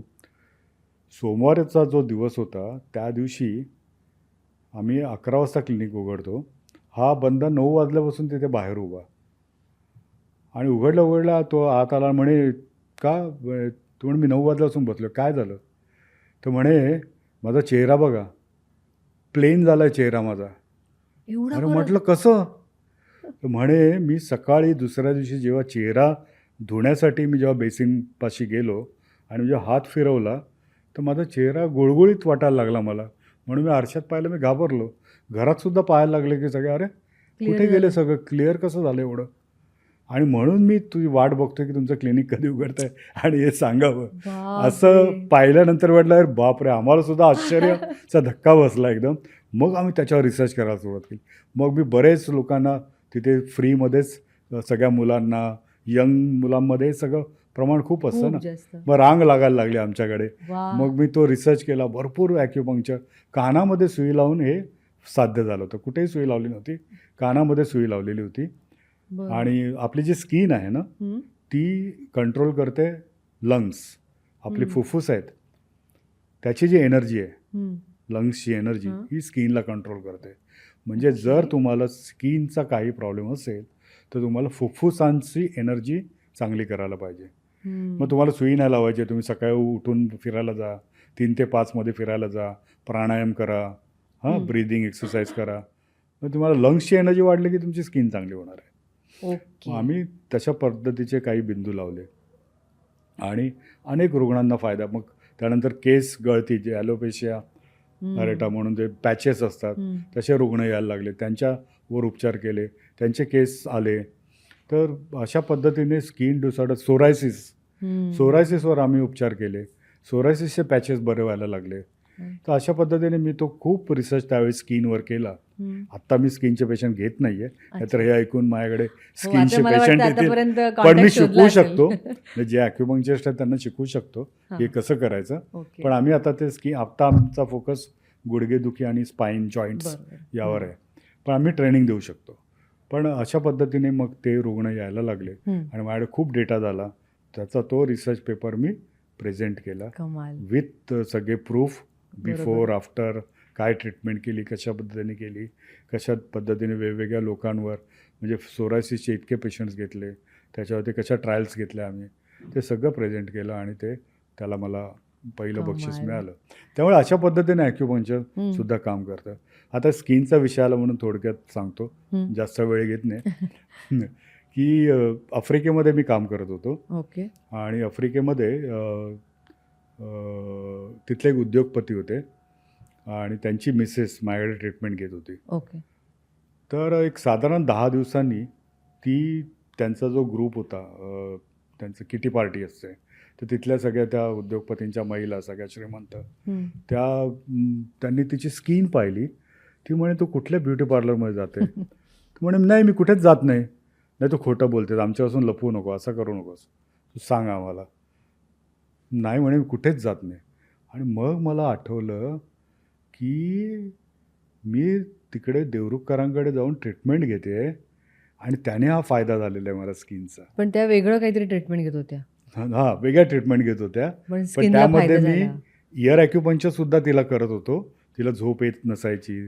त्यासाठी सुद्धा तिला इयर ॲक्युपंक्चर करायचो. तर त्यामध्ये ते तसे बिंदू होते की जे स्किनला इम्प्रूव्ह करणारे. पण तिची स्किनवर एवढी चकाकी आली चेहऱ्यावर की त्यांना असं वाटलं की वेगळ्या ब्युटी पार्लरमध्ये जाऊन काहीतरी वेगळं करते. तर समजलं. अशा पद्धतीने म्हणजे हा जो मुद्दा आला, फक्त स्किनचा नाही सांगत मी तुम्हाला. म्हणजे जसं आमच्याकडे गुडघेदुखीसाठी, कंबरदुखीसाठी रुग्ण येतात, तर त्यांचा एका प्रॉब्लेमसाठी ते येतात, पण त्यांचे इतरसुद्धा प्रॉब्लेम्स बरे झालेले दिसून येतात. कारण समजलं. शरीराची सगळी एनर्जी लेवल, यंत्रणा ही बॅलन्स अवस्थेत होते आणि त्यांना ते बरं झालेलं असतं. म्हणजे वजन कमी करण्यासाठी लोक येत नाहीत आमच्याकडे, गुडघ्यासाठी येतात. पण बरोबर. त्यांचं वजन जास्त होतं. 8 किलोपर्यंत, 10 किलोपर्यंत महिन्याला वजन कमी झालेलं आहे आपोआप या ट्रीटमेंटमध्ये. हे ट्रीटमेंट घेत असताना वजनसुद्धा कमी होतं आहे, डायजेशनसुद्धा होतं, झोप चांगली येते, असं सगळ्या गोष्टी होत राहतात. त्यामुळे फायदा भरपूर. एका ट्रीटमेंटमध्ये समजलं. काय म्हणतात, लाभच लाभ. तर तुम्ही मगासपासून जे प्रत्येक वेळी उल्लेख करताय तो म्हणजे आपलं शरीरच स्वतःला हील करतं आणि बरोबर. शरीरातून अशा काही गोष्टी स्वतःहून निर्माण होत असतात ज्या मेंदूपर्यंत निरोप पोहोचवतात आणि शरीर बरं करतात. मला वाटतं त्यातला एक खूप महत्त्वाचा असा भाग असतो तो म्हणजे एन्डॉर्फिन्सचा. हां. तर एन्डॉर्फिन्स म्हणजे नेमकं काय आणि ते कसा यामध्ये रोल प्ले करतात? बरं. जसं आता ॲक्युपंक्चर केलं जातं त्यावेळी जसं मी तुम्हाला मगाशी सांगितलं की सेरोटोनिनसारखा त्याचा स्राव होतो त्या केमिकलचा, हार्मोनचा. तसंच एन्डॉर्फिन्ससुद्धा स्राव केले जातात की ज्याने आपलं पेन कमी होतं, वेदना कमी होतात. हॅप्पी हार्मोन्स ज्याला आपण म्हणतो पण ते दुःख एन्डॉर्फिन्स असतात. विसरतो की खरंच ते असे कमी होतात? ॲक्च्युली कमी होतं. ओके. हो. म्हणजे विसरणं म्हणजे काय की बाबा आपण दुसरीकडे लक्ष वेधणं हां. म्हणजे विसरणं होतं. मग तसं न केलं जाता ते आपल्या दुखणं कमी करायला मदत करतात ओके. Happy hormones. जसं गेट कंट्रोल थिअरीबद्दल आपण मगाशी बोलत होतो. तर त्यामध्ये सुद्धा जेव्हा आपल्याला वेदना होतात तेव्हा वेदना ही मेंदूपर्यंत जात असते हां. आणि मेंदूमध्ये एक पर्टिक्युलर गेट आहे, त्या गेटमधून ती वेदना आत जाते. ओके. बरोबर. आता ही जेव्हा वेदना जात असते सतत, त्यावेळी वेदना कमी करण्यासाठी वेगवेगळी औषधं दिली जातात, पेन किलर्स दिली जातात. ॲक्युपंक्चर कसं काम करतं, त्याच्यामध्ये गेट कंट्रोल थिअरी आहे की तो जो गेट आहे तिथे वेगवेगळे सेन्सेशन्स नर्व एंडिंग्सद्वारे, ॲक्युपंक्चरद्वारे पोचवले जातात आणि त्या गेटला ब्लॉक करून टाकतात आणि तो गेट ब्लॉक झाल्यामुळे त्या मेंदूपर्यंत त्या वेदना पोचत नाहीत आणि त्यामुळे आपल्याला बरं वाटायला लागतं आणि हिलिंग व्हायला लागतं. त्यामुळे ते गेट कंट्रोल थिअरी ही ॲक्युपंक्चरमध्ये अतिशय चांगली आहे की ज्याने वेदना कमी करायला मदत होते आणि मग आपल्याला काम करायला सुद्धा छानपैकी मिळतं. त्यामुळे अनेक वेगवेगळ्या थिअरीज आहेत ॲक्युपंक्चर शास्त्रामध्ये. 5 एलिमेंट थिअरी आहे, यिन यांग थिअरी आहे, ओके. असे वेगवेगळे आहे. त्याच्यानंतर हीट कोल्ड, म्हणजे वेगवेगळे आजार कशामुळे होतात. त्याच्यामुळे नाडीशास्त्र आहे. आपल्या शरीरावरची नाडी बघून आम्ही सांगतो की कुठल्या प्रकारचा आजार आहे की कुठला आजार तुम्हाला होऊ शकतो. मग तुमचा हार्टमध्ये, लिव्हरमध्ये, किडनीमध्ये किंवा वेगवेगळ्या प्रकारची एनर्जीज इम्बॅलन्स आहे का? इम्बॅलन्स आहे, मग कुठल्या प्रकारची आहे? कधी तुम्हाला काय काय प्रॉब्लेम येऊ शकतात ते आता आपण प्रिव्हेंट करू शकतो. हे सुद्धा नाडी बघून पाहता येतं. दोन्ही हाताच्या नाड्या आम्ही बघतो आणि त्याने सुद्धा ती एनर्जी आम्ही ओळखतो. जीभ बघतो आम्ही आणि जिभेवरून आम्ही डायग्नोसिस करतो. जिभेचा रंग कसा आहे, त्याचं कोटिंग कसं आहे, त्याचा शेप कसा आहे, त्याची मूवमेंट कशी आहे, यावरून आम्ही वेगवेगळे आजार ओळखतो की कुठे काय प्रॉब्लेम्स आहेत इंटरनली, हे सगळे ओळखता येतात. डोळ्यावरून चिकित्सा येते, फेसवरून चिकित्सा करता येते. तर वेगवेगळे स्किन बघूनसुद्धा आपल्याला चिकित्सा करता येते. माणूस कसा बोलतो, कसा चालतो, त्यावरून आपल्याला चिकित्सा करता येते. तुम्ही कशा पद्धतीने एखादी गोष्टीकडे पाहता. एखादा पेशंट आमच्याकडे आला तर तो आल्यानंतर नेमकं काय करतो आहे, तो शांत बसला आहे तर तो कुठल्या पद्धतीचा असेल, तो कुठल्या म्हणजे कुठल्या एलिमेंटचा असेल, म्हणजे कुठल्या प्रवृत्तीचा असेल, हे आम्ही ओळखतो. मग त्याला कुठले आजार होऊ शकतात. एखादा फक्त एराझारा मारेल, सारखं रिसेप्शनला येऊन सांगेल किती वेळ आहे, अजून किती वेळ आहे, किती वेळ आहे, मग तो बसणारच नाही. मग तो कुठल्या एलिमेंटमध्ये बसतो ते आम्ही ओळखतो. मग अशा पद्धतीने जे इम्पेशन्स आहेत, जे अँगर ज्यांना जास्त आहे ज्यांना खूप भीती आहे, हम्म. तो आल्यानंतर कसे प्रश्न आम्हाला विचारतो, हम्म. हां, तो किती घाबरलेला आहे, तो त्या दुखण्याकडे कशा पद्धतीने बघतो, हे यावरून आम्ही त्याचं डायग्नोसिस करतो आणि मग त्याचं निदान झाल्यानंतर आम्ही ट्रीटमेंटला सुरुवात करतो. अनेक रुग्ण डॉक्टरकडे जायला घाबरतात, की मी गेलो, तपासण्या केल्या तर काहीतरी मोठं येईल म्हणून ते तपासण्याच करत नाही. तसे वेगवेगळ्या प्रकारचे रुग्णचे प्रकार असतात, त्यावेळेसुद्धा आपल्याला डायग्नोसिस करता येतं.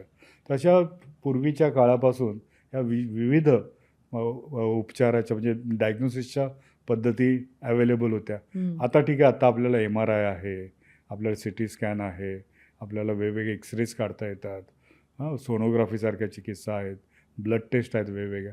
त्यातून आपल्याला खूप काही ॲडव्हान्स निदान करता येतं आणि त्याचासुद्धा फायदा घेतला पाहिजे, कारण बरोबर. त्याने आपलं कन्फर्मेशन होतं आपल्या निदानाचं. त्यामुळे त्या Correct. सगळ्या गोष्टींचा फायदा आम्ही घेत असतो. म्हणजे जे मॉडर्न सायन्स आहे ते आणि जे आहे शास्त्र, जे जुनं शास्त्र दोन्ही आहे, त्या हातात हात सगळ्यांचं घालून त्याचं हातात हात घालून आम्ही ते नेत असतो. वाव. पण ह्या सगळ्या ऑफकोर्स या ट्रीटमेंटमधल्या गोष्टी तर महिलांना त्याचा उपभोग घेता येईलच. पण मला वाटतं तुम्ही आपल्या मैत्रिणींना जरा सल्ला द्यावात, की घरच्या घरी तुम्ही ह्या वेदना होऊच नये म्हणून कशी काळजी घेऊ शकता. म्हणजे प्रत्येक महिला सकाळी उठल्यापासून संध्याकाळी झोपेपर्यंत प्रचंड काम करत हो. असते. म्हणजे जरी ते बाहेर असू दे, ऑफिसमध्ये चेअरवर बसून असू दे किंवा घरी स्वयंपाकघरात असू दे, तिचे वेगवेगळे पोश्चर्स सांभाळण्यापासून ती कोणत्या फॉर्ममध्ये काम करते आहे, त्याने तिच्या वेदना पुढे तिला काय होणार आहेत हे दिसतं. एक सर्रास गोष्ट दिसते ती म्हणजे ओट्याजवळ स्त्रिया काम करताना त्यांना कोणी शिकवत नाही. कसं उभं राहायचं आहे, कसं काम करायचं आहे. फक्त आईचं बघून कोणाकडून शिकून आपण त्या गोष्टी करत असतो. या महिलांनासुद्धा आपण काही सल्ले देऊ शकतो का, की कोणत्या प्रकारची काळजी स्वयंपाकघरात किंवा घरात आपण घेऊ शकतो? बरोबर. स्वयंपाकघरात तर इम्पॉर्टंट आहेच, पण स्त्रियांनी आपण पाहिलं असेल की टाईम टेबल काहीच नसतं. कारण हो. त्यांचं टाईम टेबल त्या स्वतः बनवायला जरी बसल्या तरी ते पाळलं जात नाही. कारण करेक्ट. घरातल्या मंडळींचे काय म्हणतात त्याला, त्यांच्या टाईम टेबलप्रमाणे यांचं ठरतं. कारण आम्ही लहानपणापासून मी बघत आलो की माझी आई काय करायची, हं. माझी बहीण काय करायची, माझी बायको काय करते, इतर स्त्रिया काय करतात, तर कशा पद्धतीने त्यांचं लाईफ चालतं. त्यांना कसंही करून आजारी असलं काही असलं तरी उठून करावंच लागतं. सुट्टी त्या नसते. कधीच सांगू नाही शकत की मला ताप आला आहे, की मी झोपते बाबा, उद्या तू स्वयंपाक कर. नाही, मग सकाळी उठून डबा बनवायचाच आहे. सगळ्यांचे वेगवेगळे डबे बनवायचे आहेत. बरोबर. कुणाला पोळी पाहिजे तर कुणाला भाकरी पाहिजे, कुणाला ही भाजी नको तर कुणाला ती भाजी पाहिजे. तर ते सगळं ती पुरवण्याकडे तिचं लक्ष असतं आणि हे सगळं करत करत ती स्वतःकडे विसरून जाते. मग पाणी यायची वेळ होते, मग त्याचं काम बघायचं, मग इतर मग कामवाली बाई आली तर ते बघायचं. मग असं वेगवेगळ्या दिवसभरामध्ये तिला वेळच नसतो हे सगळं बरोबर. करण्यासाठी. त्यामुळे त्यासाठी एक टाईम टेबल आखून तर तिने डिक्लरेशन केलं की घरामध्ये. डिक्लरेशन म्हणजे काय, की मी असं ठरवलेलं आहे की माझी तब्येत मी आता पहिल्यांदा बघणार आहे. माझी तब्येत खूप बिघडत चाललेली आहे आणि हे वर्ष मी माझ्या तब्येतीसाठी देणार आहे. माझी तब्येत जर चांगली असेल तर तुमच्या सगळ्यांची तब्येत चांगली राहील, नाहीतर मीच जर उद्या आजारी पडले तर तुमचं कोणीही करणार नाही. त्यामुळे मी असं ठरवलेलं आहे की मी सकाळी 5 वाजता उठणार आहे, मी योगा करणार आहे अर्धा तास, फिरायला जाणार आहे, त्यानंतर मी 1 तास तुमच्या स्वयंपाकासाठी देणार आहे. त्यामध्ये मला तुमची मदत लागणार आहे. तुमचं जे काय असेल मला आधीपासून सांगायचं आहे. मला टाईम टेबल आठवड्याचं पाहिजे. तुम्ही कुठल्या दिवशी काय खाणार आहात, नाही खाणार आहात. तुम्ही रात्री जेवायला येणार आहात, नाही येत. नाहीतर मी 2 वेळचं जेवण एक्सेस बनवून ठेवते आणि दुसऱ्या दिवशी मला खावं लागतं. ते मला सगळं टाईम टेबल तुमचं आधी पाहिजे. हे सगळं डिक्लेअर करायचं. आणि तुम्हाला सांगतो ना की आपण जेव्हा छाती ठोकपणे एखादी गोष्ट सांगतो ना, सगळे ऐकतात. हो. त्यामुळे डिक्लरेशनमध्ये ताकद आहे की चला अरे नाही, हिला बरं, हिला तब्येत सांभाळायची आहे, हिला काहीतरी करायचं आहे, आपण सपोर्ट करू. हिने आत्तापर्यंत आपल्यासाठी केलं आहे ना, आपण सपोर्ट करू. त्यामुळे छाती ठोकपणे सांगावं महिलांनी आपल्या घरामध्ये. आपलेच आहेत आणि ऐकतात सगळे. असं काय नसतं. आपण सांगतच नाही आपण तर कसं कळणार ना. हां, त्यामुळे ते सांगणं आवश्यक आहे. दुसरा प्रश्न जसा त्याला लागून होता तुमचा, किचनमध्ये. आज किचनमध्ये खूप काम स्त्रिया उभं राहून करतात. आता जेव्हा आपल्याला बिल्डर फ्लॅट देतो त्यावेळी तो तुमची उंची बघून तर ओट्याची उंची नाही ठरवत किंवा तुम्हाला उजव्या बाजूला सिंक द्यायची आहे का डाव्या बाजूला द्यायची आहे हे नाही ठरवत. त्यामुळे आपल्याला ते ॲडजस्ट करावं लागतं. बरोबर. त्यामुळे जर तुमची उंची कमी असेल आणि जर ओटा उंच वाटतोय तुम्हाला, तर त्या उंच ओट्यावर तुम्ही आहे त्या उंचीमध्ये काम नका करू. तुम्हाला त्रास होणार आहे. मग त्यासाठी काय करावं? तर आपण एक प्लॅटफॉर्म बनवून घ्यावा. ओके. हां, एक पाट असतो जसा आपला, तशा पद्धतीचा एक प्लॅटफॉर्म आपण बनवून घेतला. समजा एक 2 फूट रुंद आणि साधारणतः 3 ते 4 फूट लांबीला असा एवढा जर आपण बनवून घेतला, हां, तर आपण त्यावर उभं राहावं. त्याची हाईट घ्यावी आपल्याला पाहिजे तेवढी. जितकी कमी पडते तितकी त्यावर पैसा खर्च करावा. तर आता म्हणतील नाही त्याला परत 2,000-4,000 5,000 कशाला? काय गरज आहे? नाही. तुम्हाला डॉक्टरला पैसे नाही द्यायचेत ना, तर खर्च करा इथे. आणि ते उभं राहायचं. ते उभं राहिल्यानंतर आपली उंची बरोबर मॅच होईल आणि आपण छानपैकी करू शकतो ना. बरोबर. आता तुम्ही पाहतात की आपण वेगवेगळ्या स्टेजवर आपण जेव्हा जातो, तिथे एक पोडियम असतो, तिथे एक प्लॅटफॉर्म बनवलं. तो उंचीसाठीच असतो ना, की त्या माईकपर्यंत आपली उंची नीट जावी, आवाज जावा. एक प्लॅटफॉर्म. मग आपल्याला किचनमध्ये जर आपण तासनतास काम करणार आहोत, तर एक बनवून घ्यावा. काम संपलं की उभं करून बाजूला ठेवून द्यावा. बरोबर. तर ह्याने तुमचं कितीतरी कंबरदुखी, गुडघेदुखी, मानदुखी, खांदेदुखी कमी होईल. पोश्चरचं दुखणं कमी होईल. ते एक करावं. तिथे जर पोळपाट लाटणं कुठे ठेवायचं आपलं, ती जागा नीट करून घ्यावी, की आपल्याला गॅसच्या समोर ठेवायला पाहिजे का राईटला ठेवायला पाहिजे. जर समोर असेल तर सगळ्यात ऑलवेज बेटर राहतं. पण तुम्ही राईट लेफ्ट करण्यामध्ये आपल्या मानेला, खांद्याला त्रास होत असतो. इथे तुम्ही लाटताय, इथून इथे टाकताय. पण जर समोर केलं तर बेटर असतं. पण तेवढं जर रुंदी नसेल ओट्याची तर ठीक आहे. मग रुंदी असेल तर ते तसं करून घेणं. तर अशा छोटे गोष्टी आपण चेंजेस जर करून घेतल्या तर आपल्याला किचनमध्ये आपण एखादी खुर्ची ठेवावी. हां, म्हणजे आपल्याला असं वाटतं की नाही मग आणि मध्ये बसावं. आता तुम्हाला दिसतंय की मी आता थोडा वेळ ढवळ आहे. तर तुम्ही हॉलमध्ये जाऊन कुठे बसणार परत ना. मग तिथे खुर्ची ठेवावी. थोडा वेळ बसावं, पाहावं, परत करावं. त्यामुळे हे सगळं वापरावं. बरोबर. बापरे! एवढा महिलांनी स्वतःसाठी विचार कधीच केला नसेल जेवढा तुम्ही केलाय. So thank so much for that. म्हणजे या वर्षाचं रेझोल्युशन मिळालंय महिलांना. उद्यापासून हा व्हिडिओ बघितल्यानंतर सगळ्या आपल्या घरात डिक्लेरेशन करणार आहेत असं मला दिसतं. सो थँक सो मच या माहितीसाठी. कारण ॲक्युपंक्चर ऑफकोर्स हे एक शास्त्र आहेच त्यांना उपचार पद्धतीसाठी. पण त्याआधी घरी ते हे सगळ्या काळजी घेऊ शकतात. होऊच नाही म्हणून पहिल्यांदा. बरोबर. म्हणजे जी स्वस्थ व्यक्ती आहे त्याचं स्वास्थ्य राखणं हे पहिलं काम आहे वैद्याचं, डॉक्टरांचं. आजारी पडल्यानंतर ठीक आहे तुम्ही उपचार करा, पण जी जनता आता स्वस्थ आहे ती आजारी पडू नये यासाठी आपल्याला काम जास्त करायला पाहिजे. बरोबर. अगदी बरोबर. पण बऱ्याच जणांना सर असं पण होतं की कधीच काही त्रास नसतो आणि अचानक एक दिवशी ते दुखणं डोकं काढतं वर. बऱ्याचदा असंही म्हणतात की MRIमध्येही काही दिसत नाही पण वेदना आहेत. असे 2 प्रकारची कॅटेगरी दिसते की ज्यांना कधीच काही दुखणं नाही आहे, पण अचानक एक दिवशी त्रास व्हायला लागला आणि काही जणांना दिसतंय की दुखणं आहे पण MRIमध्ये काही दिसत नाही आहे. तर अशा पद्धतीचे काही रुग्ण तुमच्याकडे आलेत का? नक्कीच. म्हणजे वेदना हा आपला शत्रू नाही तर मित्र आहे. हो. कारण वेदना आपल्याला सांगत असते की मला काहीतरी होत आहे, शरीराला काहीतरी होत आहे. आणि हे जे लोक सांगतात की मला कधीच काय झालं नाही, मला कधीच, तर त्यांचं आपल्या शरीराकडे ऑब्झर्वेशन नसतं. शरीर नेहमी सूचना देत असतं आणि त्या छोट्या सूचनांकडे शरीर या व्यक्ती लक्ष नाही देत. आणि मग असं होतं की अरे तो तर चांगला होता, अचानक त्याला हे झालं. बरोबर. तो फिट होता, जिम करायचा, सगळं करायचं, हे करायचं आणि त्याला हे असं झालं. पण त्यांनी लक्ष नाही दिलं त्यांच्या लक्षणांकडे. आता बरेच लोक ॲसिडिटी म्हणून त्याला दाबत ठेवतात. पण ते ॲसिडिटीचंच प्रमाण नंतर लक्षात येतं की हार्टशी संबंधित होतं, असं लक्षात येतं आणि मग ती औषधं घेत बसतात. तर अशा प्रकारे शरीर काही ना काही लक्षणं देत असतं. मग ते वेदनांद्वारे किंवा इतर लक्षणांद्वारे. तर ती लक्षणं आपल्याला ऑब्झर्व करणं. आपल्याला ऑब्झर्वेशन आपल्या शरीराचं खूप जास्त करायला पाहिजे. डॉक्टरकडे जायच्या आधी आपलं शरीर आपल्याला बघायला पाहिजे की नेमकं काय सांगतं आणि शरीर सांगत असतं, कायम सांगत असतं. त्यामुळे हे चुकीचं आहे की शरीर वेदना नव्हती असं कधीच नव्हती किंवा मला काय लक्षणं नव्हती असं नसतं. लक्षणं शरीर देत असतं.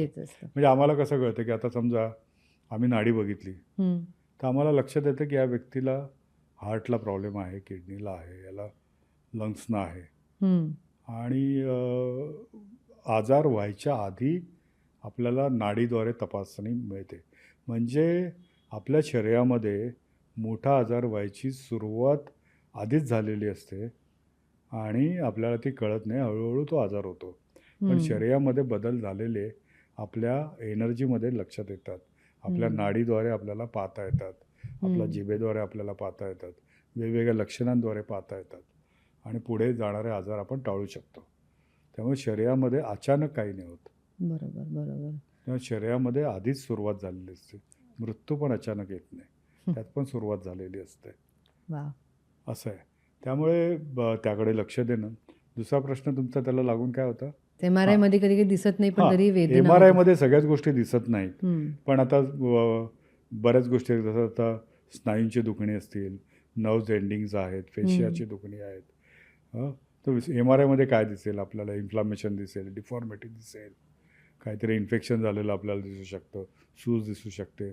पण अशा सगळ्याच गोष्टी MRI मध्ये दिसत नाहीत. त्यामुळे फक्त MRI वर न जाता आपल्याला वेगवेगळ्या लक्षणांचा सुद्धा अभ्यास करावा लागतो आणि तो लक्षणं पाहून मग आपल्याला त्या पद्धतीने त्याची जर ट्रीटमेंट केली तर आपल्याला बरं होता येतं. त्यामुळे ॲक्युपंक्चर खूप जास्त लक्षणांवर अभ्यास करतं आणि त्याचं डायग्नोसिस करतं आणि हे सगळं सायंटिफिक आहे. त्याची लक्षणं जी आहेत ती आम्ही सगळी पाहिली जातात की शरीरामध्ये कुठे हीट वाढली आहे, कुठे ह्युमिडिटी आहे, कुठे जास्त विंड आहे, वायू आहे, कुठे जास्त काय म्हणतात त्याला, किंवा एखादी व्यक्ती खूप जास्त सॉल्टी फूड खाते, एखादी व्यक्ती खूप स्पायसी फूड खाते, एखादी व्यक्ती खूप आंबट खाते, एखादी व्यक्ती खूप गोड खाते, एखादी व्यक्ती कडू खाते. तर अशा पद्धतीने आम्हाला कळतं की ही का खाते. गोड खाते म्हणजे तिचं काय प्रॉब्लेम आहे आम्ही ओळखतो की एखाद्या व्यक्तीला गोडचं क्रेविंग होतं आहे, म्हणजे मग त्याची ह्युमिडिटी म्हणजे जी एलिमेंट आहे अर्थ एलिमेंट, ते अर्थ एलिमेंट बिघडलेलं आहे. मग अर्थ एलिमेंटमध्ये कुठला ऑर्गन येतो? तर जठर येतं, स्टमक येतं, स्प्लीन येतं. एखादी गोष्ट आंबट खाते व्यक्ती तर ते कुठला ऑर्गन येतो? तो लिव्हर येतो. तिखट खाते तर कुठला ऑर्गन येतो? तो लंग्स येतं. करेक्ट. तर अशा पद्धतीने आम्हाला कळतं की बाबा ही व्यक्ती का खाते. तर त्या त्या त्या एनर्जीमध्ये बिघाड झाला आहे, म्हणून त्याचं ते क्रेविंग होतं. करेक्ट. आणि ते खाल्ल्यावर त्या व्यक्तीला बरं वाटतं. मग आम्हाला समजतं की यांची लंग्सची एनर्जी खराब आहे आणि यांची किडनीची एनर्जी खराब आहे, याची जठराची एग्नी खराब आहे, याची हार्टची खराब आहे आणि याची लिव्हरची खराब आहे. मग आम्ही त्या जाऊन आणखी त्याची तपासणी करतो की लिव्हर कुठल्या कुठल्या गोष्टींना कंट्रोल करतं. तर लिव्हर आपल्या स्नायूंना कंट्रोल करतं, आपल्या डोळे आपल्या लिव्हरशी संबंधित आहेत. तर आपला राग आहे तो लिव्हरशी संबंधित आहे. तर ह्या सगळ्या गोष्टी, लिव्हर खूप इम्पॉर्टंट आहे डायजेस्टिव्ह सिस्टममध्ये. तो एक सगळ्यात इम्पॉर्टंट गोष्ट आहे. आपले मसल्स, टेंडॉन, लिगामेंट्स हे सगळं लिव्हर कंट्रोल करतं. मग आम्ही जाऊन लिव्हरची ट्रीटमेंट करतो की म्हणजे मग शोधतो आम्ही या कुठे प्रॉब्लेम आहे का. बरोबर. म्हणजे हा व्यक्ती का आंबट खातोय जास्त, असं म्हणजे स्पायसी का खातोय, का तो गोड खातोय, मग त्याची चिकित्सा करतो आणि ते दुखणं बरं होऊन जातं. अशा पद्धतीने एक शास्त्र खूपच ॲडव्हान्स आहे. Correct correct. खूप ॲडव्हान्स आहे. याच ॲक्युपंक्चर रिलेटेड काही कॉन्सेप्ट आम्हाला समजून घ्यायला आवडतील. डिस्टल नीडल लॉ म्हणजे काय? डिस्टल नीडल म्हणजे की दुखणं एका ठिकाणी आहे आणि सुई आपण तिथे न लावता दुसऱ्या ठिकाणी लावतो. म्हणजे समजा मानेच्या मागच्या भागात दुखणं आहे तर आम्ही त्याची सुई आम्ही पायाच्या कुठल्या तरी भागात लावतो किंवा हातामध्ये लावतो. कंबरदुखी आहे तर पायात लावतो. बरं. म्हणजे जिथे दुखते तिथेच तुम्ही सुई लावाल असं नाही. आता डोकं दुखते आम्ही इथे हातामध्ये सुई लावणार, त्याला डिस्टल पॉईंट म्हणतात. की कळलं. दूरवर असणारे पॉईंट्स आहेत पण ते त्या पर्टिक्युलर पार्टवर ते ॲक्शन करतात. ओके. असं आहे. तर असे 6 खूप महत्त्वाचे बिंदू आहेत आपल्या शरीरामध्ये. हे जर 6 बिंदू आपण जर रोज त्याच्यावर आपण टच केला किंवा दाबले तर आपल्या संपूर्ण शरीराचं आरोग्य सुधारू शकतं. त्याला 6 डिस्टल पॉईंट म्हणतात. मी सांगू का? म्हणजे समजले समजा आपल्याला तर तुम्ही करू शकता सगळे. नक्कीच. एक सगळ्यात महत्त्वाचा बिंदू आहे हा आपल्या अंगठा आणि पहिलं बोट आहे, त्याच्यामध्ये हे इथे दिसतंय का बघा, इथे हा बिंदू आहे. हा बिंदू आपण जसा प्रेस केला रोज तर याने आपला चेहऱ्याचा भाग हा पूर्ण मानेपासून डोक्यापर्यंत या भागावर जितके काही ऑर्गन्स आहेत, जितके काही आपले अवयव आहेत, नाक आहे म्हणजे सर्दीशी संबंधित, डोळे आहेत, जॉ आहे, दात आहेत, जिव्हा आहे, ओठ आहेत, कान आहे, या संबंधी म्हणजे ऐकू येत नाही, कानात दुखतं आहे, कानात आवाज येतो आहे, सर्दी झाली आहे, नाक चोकअप झालं आहे, हां, शिंका येत आहेत, डोळे नीट नाही आहेत, डोळ्यात काही प्रॉब्लेम आहे, डोळे दुखत आहेत, लाल झाले आहेत, हां, इन्फेक्शन आहे काहीतरी, चेहरावर काही वेगवेगळे डाग आहेत, हां, स्किन व्हायला लागलेली आहे, डोकं दुखतंय खूप, तर या सगळ्यावर हा बिंदू काम किती करणार. वेळ प्रेस करायचं? हा साधारणतः रोज आपण 2 मिनटं प्रेस करायचं एका वेळी. म्हणजे समजा 2 मिनटं कंटिन्यूस प्रेस नका करू, असं काउंट करायचं बघा. 1 2 3 4 5 6 7 8 9 10 सोडा, परत दाबा 10, असं एक 3 वेळा करायचं. असं दिवसभरामध्ये 5 ते 6 वेळा आपण करू शकतो, बसल्या बसल्या करू शकतो. पण यामुळे आणखी एक याचा फायदा आहे की हा बिंदू आहे पेन कंट्रोल करणार आहे. फक्त चेहऱ्यासाठीच नाही तर शरीरामध्ये कुठेही वेदना असतील, कुठल्याही वेदना असतील, त्यासाठी हा बिंदू आहे. हां, याला LI4 असं नाव आहे आणि चायनीज भाषेमध्ये त्याला HEGU हेगू असं म्हटलं जातं. ओके. तर त्याला हे दाबल्याने आपल्याला फायदा होऊ शकतो, हा किंवा पहिला असे पंपिंग करू शकतो. हा एक बिंदू आहे इम्पॉर्टंट. दुसरा बिंदू आहे आपला, ही जी रिस्टची क्रीज आहे, इथून 3 बोटं वर यायचं आणि इथे मध्यभागी, या दोन्हीच्या मध्यभागी इथे एक बिंदू आहे आणि हा बिंदू आपण असा दाबायचा. ओके. हा बिंदू चेस्टच्या एरियासाठी, म्हणजे छातीचा हा जो जेवढा एरिया आहे, मग इथे काय काय अवयव येतात, तर इथे लंग्स येणार, हार्ट येणार, पेरिकार्डियम येणार, बरोबर. तर याचे जेवढे जे आजार आहेत, अस्थमा आहे, हां, हार्टशी संबंधित आजार आहे, अंजायना आहे, हां, चेस्ट पेन आहे, ह्या सगळ्यासाठी आपल्याला हा कामी येणार. श्वास घ्यायला त्रास होतो आहे, ब्रेथलेसनेस आहे, प्लस याला उलटी जर होत असेल एखाद्याला, बाळंतिणीला किंवा प्रवासामध्ये नॉशिया येतो, उलटी येते, तो लगेच कंट्रोल करतो हा पॉईंट. त्यामुळे हा बसल्या बसल्या आपण हे करू शकतो. याला सुद्धा असं करायचं. हा दुसरा पॉईंट झाला, ठीक आहे. त्यानंतर पायामध्ये आपल्या पॉईंट आहे, गुडघ्याच्या खाली 4 बोटं गेल्यानंतर बाहेरच्या बाजूला एक बिंदू आहे इथे, तर तो बिंदू आहे स्टमक 36. हा बिंदू पोटाच्या सगळ्या विकारांसाठी, पोटाचे कुठलेही विकार, हा डायजेशनशी संबंधित, गॅसेस आहेत, उलटीसारखं वाटतं आहे, पोट जड होतं आहे, कॉन्स्टिपेशन आहे, हां, पोट अचानक वाढलेलं आहे, सगळ्या गोष्टींसाठी स्टमक 36 हा बिंदू आहे. हे झाले 3 बिंदू. त्यानंतर पायाच्या अजून खाली गेला आपण तर अँकलपासून 3 बोटं आतल्या बाजूने एक बिंदू आहे SP6 नावाचा. हा बिंदू आपल्या बेंबीपासूनचे खालचे जे अवयव आहेत त्या सगळ्यांवर काम करणार आहे. म्हणजे कसं की तिथे आपले सगळे प्रजननाचे सगळे ऑर्गन्स आहेत तिथे. त्यामुळे युट्रस आहे, म्हणजे स्त्रियांचे सगळे पाळीचे विकार, युट्रसशी संबंधित विकार यासाठी, त्याच्यानंतर मूत्राशयाशी संबंधित विकार आहेत, किडनीशी संबंधित विकार आहेत, या सगळ्यासाठी ते ऑर्गन, म्हणजे तो पॉईंट कामाला येणार. सेक्शुअल डिसऑर्डर्स आहेत, या सगळ्यासाठी तो, डायबिटीस आहे त्यासाठी सुद्धा स्टमक 36 SP6 हे बिंदू काम करणार आहेत. तसंच गुडघ्याच्या मागे एक बिंदू आहे, त्याला म्हणतात UB40. तो बिंदूसुद्धा लिहून ठेवा तुम्ही. UB40 हा जो बिंदू आहे सायटिकासाठी आणि कंबरदुखीसाठी अतिशय रामबाण. हा जो बिंदू आपण गुडघ्याच्या मागचा दाबला, गुडघ्याच्या मागे क्रीज आहे, त्याचा मिड पॉईंट आहे, तर तो आपण UB40, तर UB40 हा जर बिंदू आहे, हा जर आपण दाबला तर आपल्याला गुडघेदुखीसाठी अतिशय उपयुक्त आहे, सायटिकासाठी अतिशय उपयुक्त आहे आणि कंबरदुखीसाठी सुद्धा अतिशय उपयुक्त असा हा पॉईंट आहे. आणि आणखी एक पॉईंट आहे हातामध्ये, लंग्स 7 नावाचा, तो हा इथे असतो, या रिस्टपासून इथे 2 बोटं वर गेलं की इथे असतो. आणि हा सुद्धा पॉईंट डोक्याच्या मागे आणि मानेशी संबंधित जे आजार आहेत त्याच्यासाठी अतिशय उपयुक्त आहे. तर हा LU7 नावाचा पॉईंट आहे.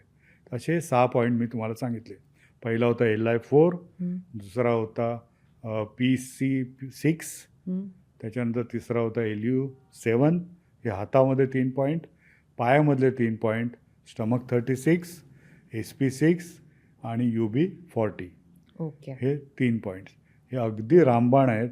यामध्ये संपूर्ण शरीर कवर केलेलं आहे. हे जर 6 बिंदू तुम्ही रोज दाबले तर तुम्ही निरोगी राहू शकता. वा वा.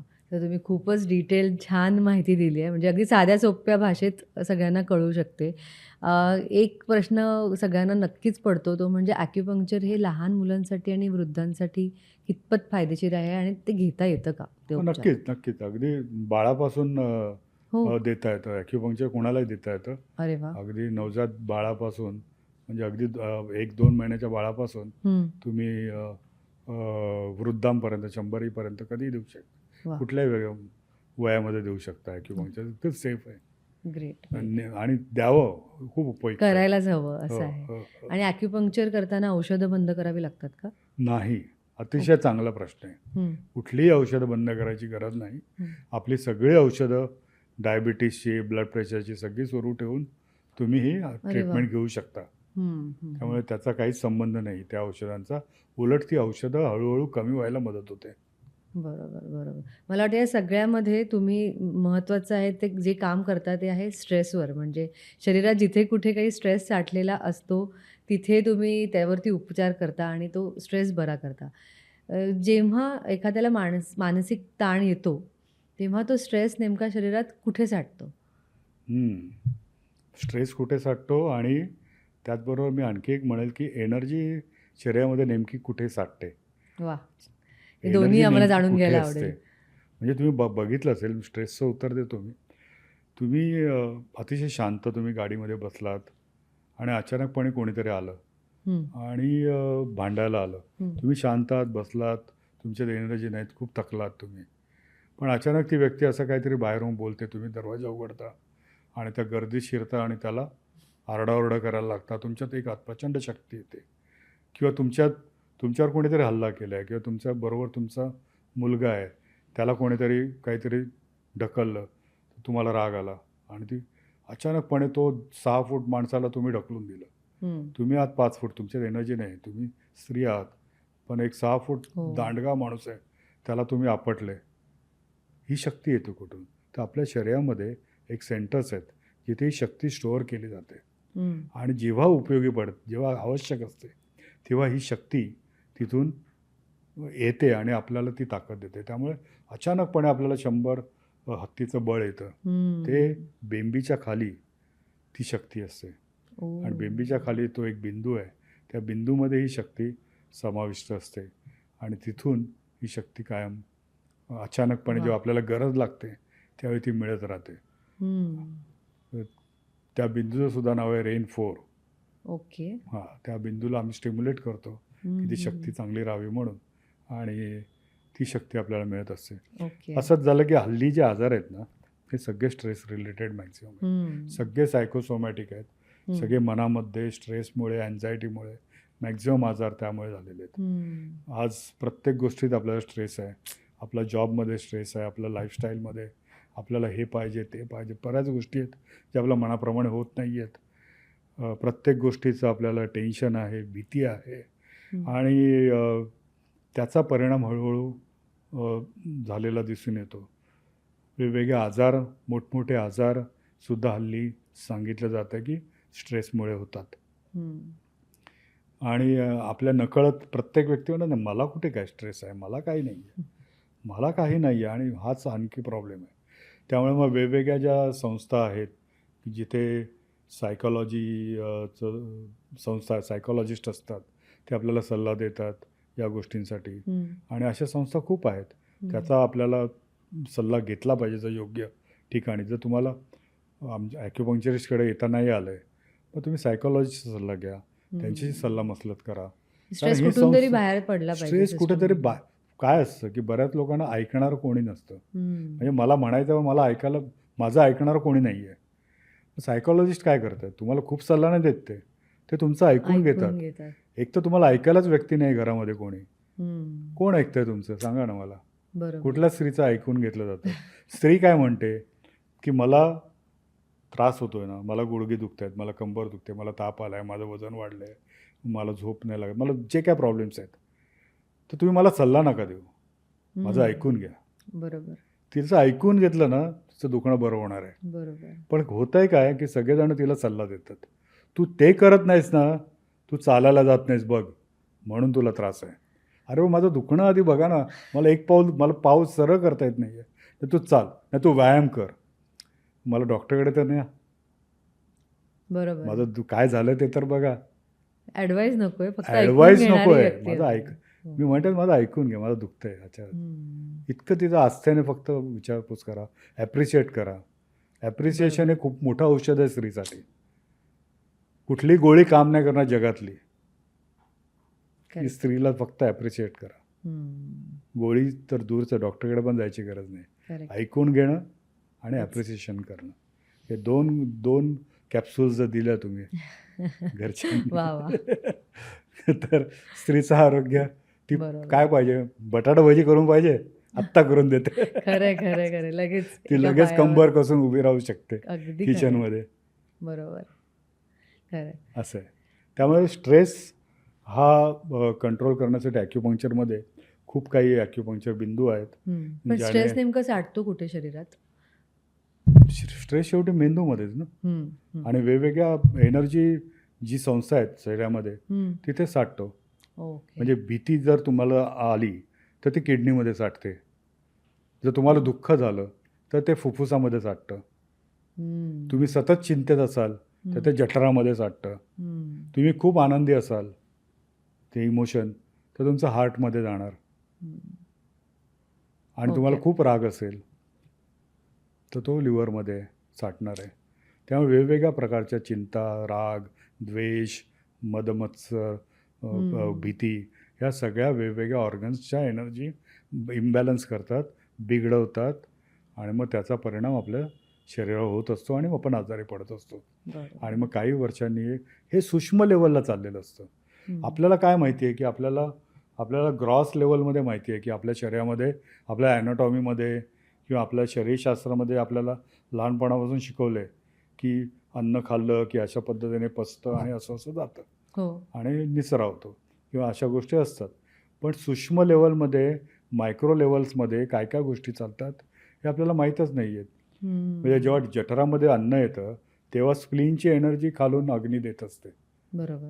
आणि म्हणजे ते अन्न समजा जठरामध्ये आहे तर ते जठरामध्ये पचावं म्हणून ती अन्न तिथे थांबवून ठेवणं, याच्यासाठी एक एनर्जी लागते, नाहीतर ते अन्न पटकन जाईल ना हो खाली.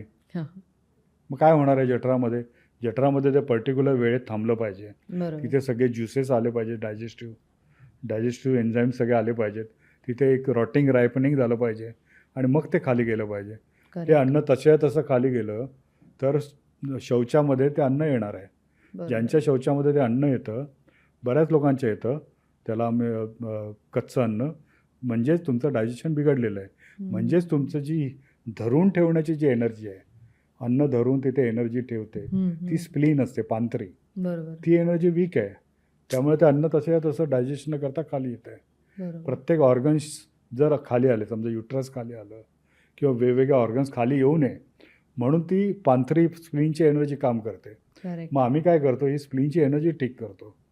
स्प्लीनची एनर्जी केली की डायबिटीजसाठी चांगली, डायजेशनसाठी चांगली, वेट कंट्रोलसाठी चांगली, बॉडीमध्ये सूज येऊ नये, पाण्याचा निचरा व्हावा, वॉटर रिटेन्शन होऊ नये, यासाठी. म्हणजे एक बिंदू आम्ही फक्त लावतो आणि इतक्या गोष्टीचं काम आम्ही साधून देतो, कारण करेक्ट डायग्नोसिस. वा, कमाल.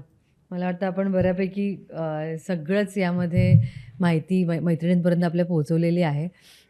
एक गोष्ट खूप ऐकायला मिळते ते म्हणजे प्लॅसिबो. हे नेमकं काय आहे, याबद्दल जरा सांगाल का? प्लॅसिबो इफेक्ट बघा सगळीकडेच आहे.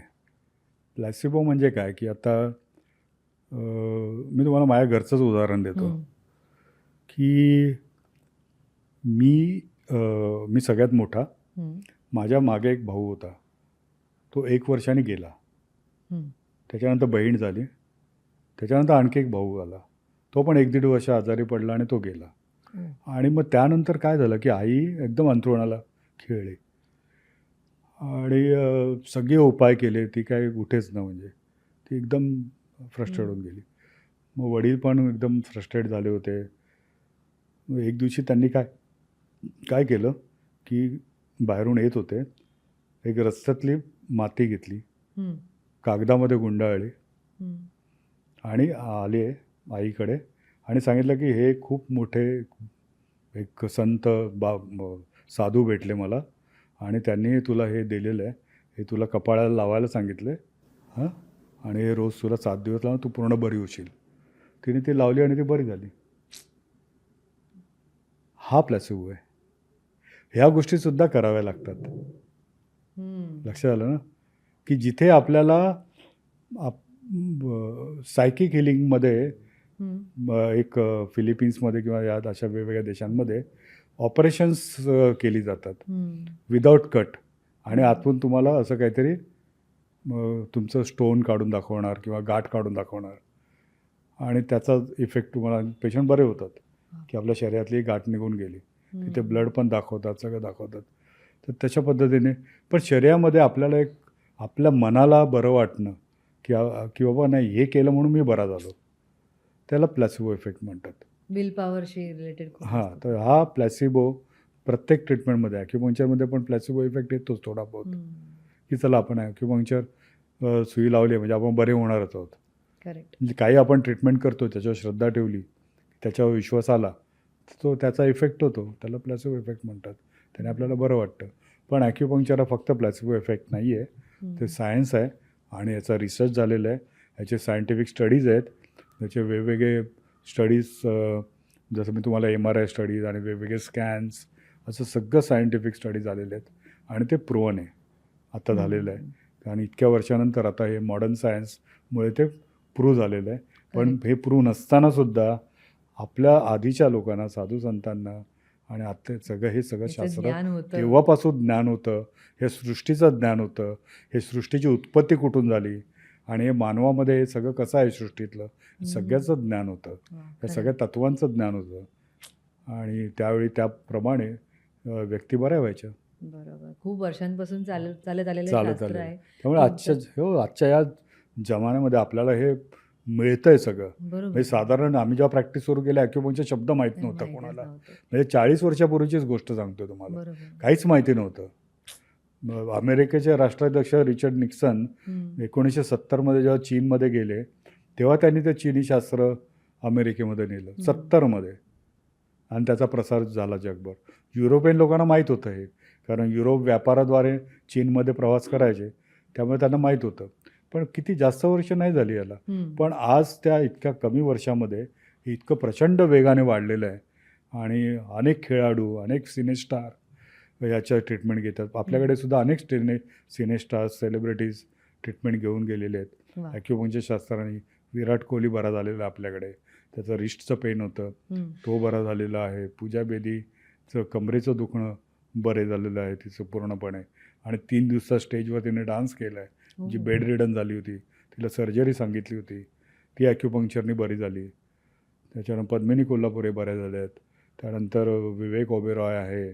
त्याच्यानंतर कुणाल कपूर आहेत, गौरव कपूर आहेत. असे अनेक पेशंट सेलिब्रिटीज आणि खूप ॲक्युपंक्चरचा आपला फायदा घेतात आणि कमाल. आत्तासुद्धा अनेक हॉलिवूड, बॉलिवूड सेलिब्रिटीज, स्पोर्ट्समन्स, हं. ऑलिम्पिक खेळणारे हे घेतात. आपल्याकडे एक सिम्पल कौर म्हणून वेट लिफ्टर होती जी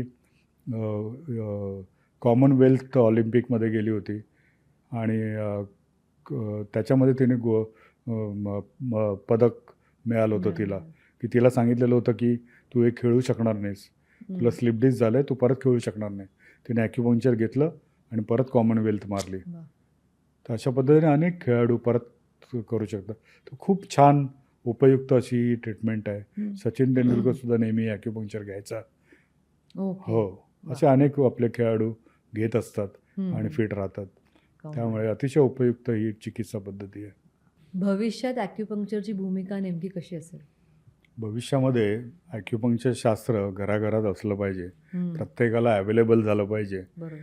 आणि अतिशय सुरक्षित उपचार पद्धती आहे जी रेकग्नाईज झाली पाहिजे प्रत्येक ठिकाणी आणि याची कॉलेजेस सगळीकडे असावीत. यासाठी आता आमचा प्रयत्न सुरू आहे. हं. कौन्सिल तर झाली आहे भारतामध्ये. हं. अनेक देशांमध्ये सुद्धा याबद्दल वेगवेगळ्या कौन्सिल झाल्यात आणि याचा फायदा तळागाळातल्या लोकांपासून सगळ्यांना मिळावा यासाठी आम्ही प्रयत्नशील आहोत.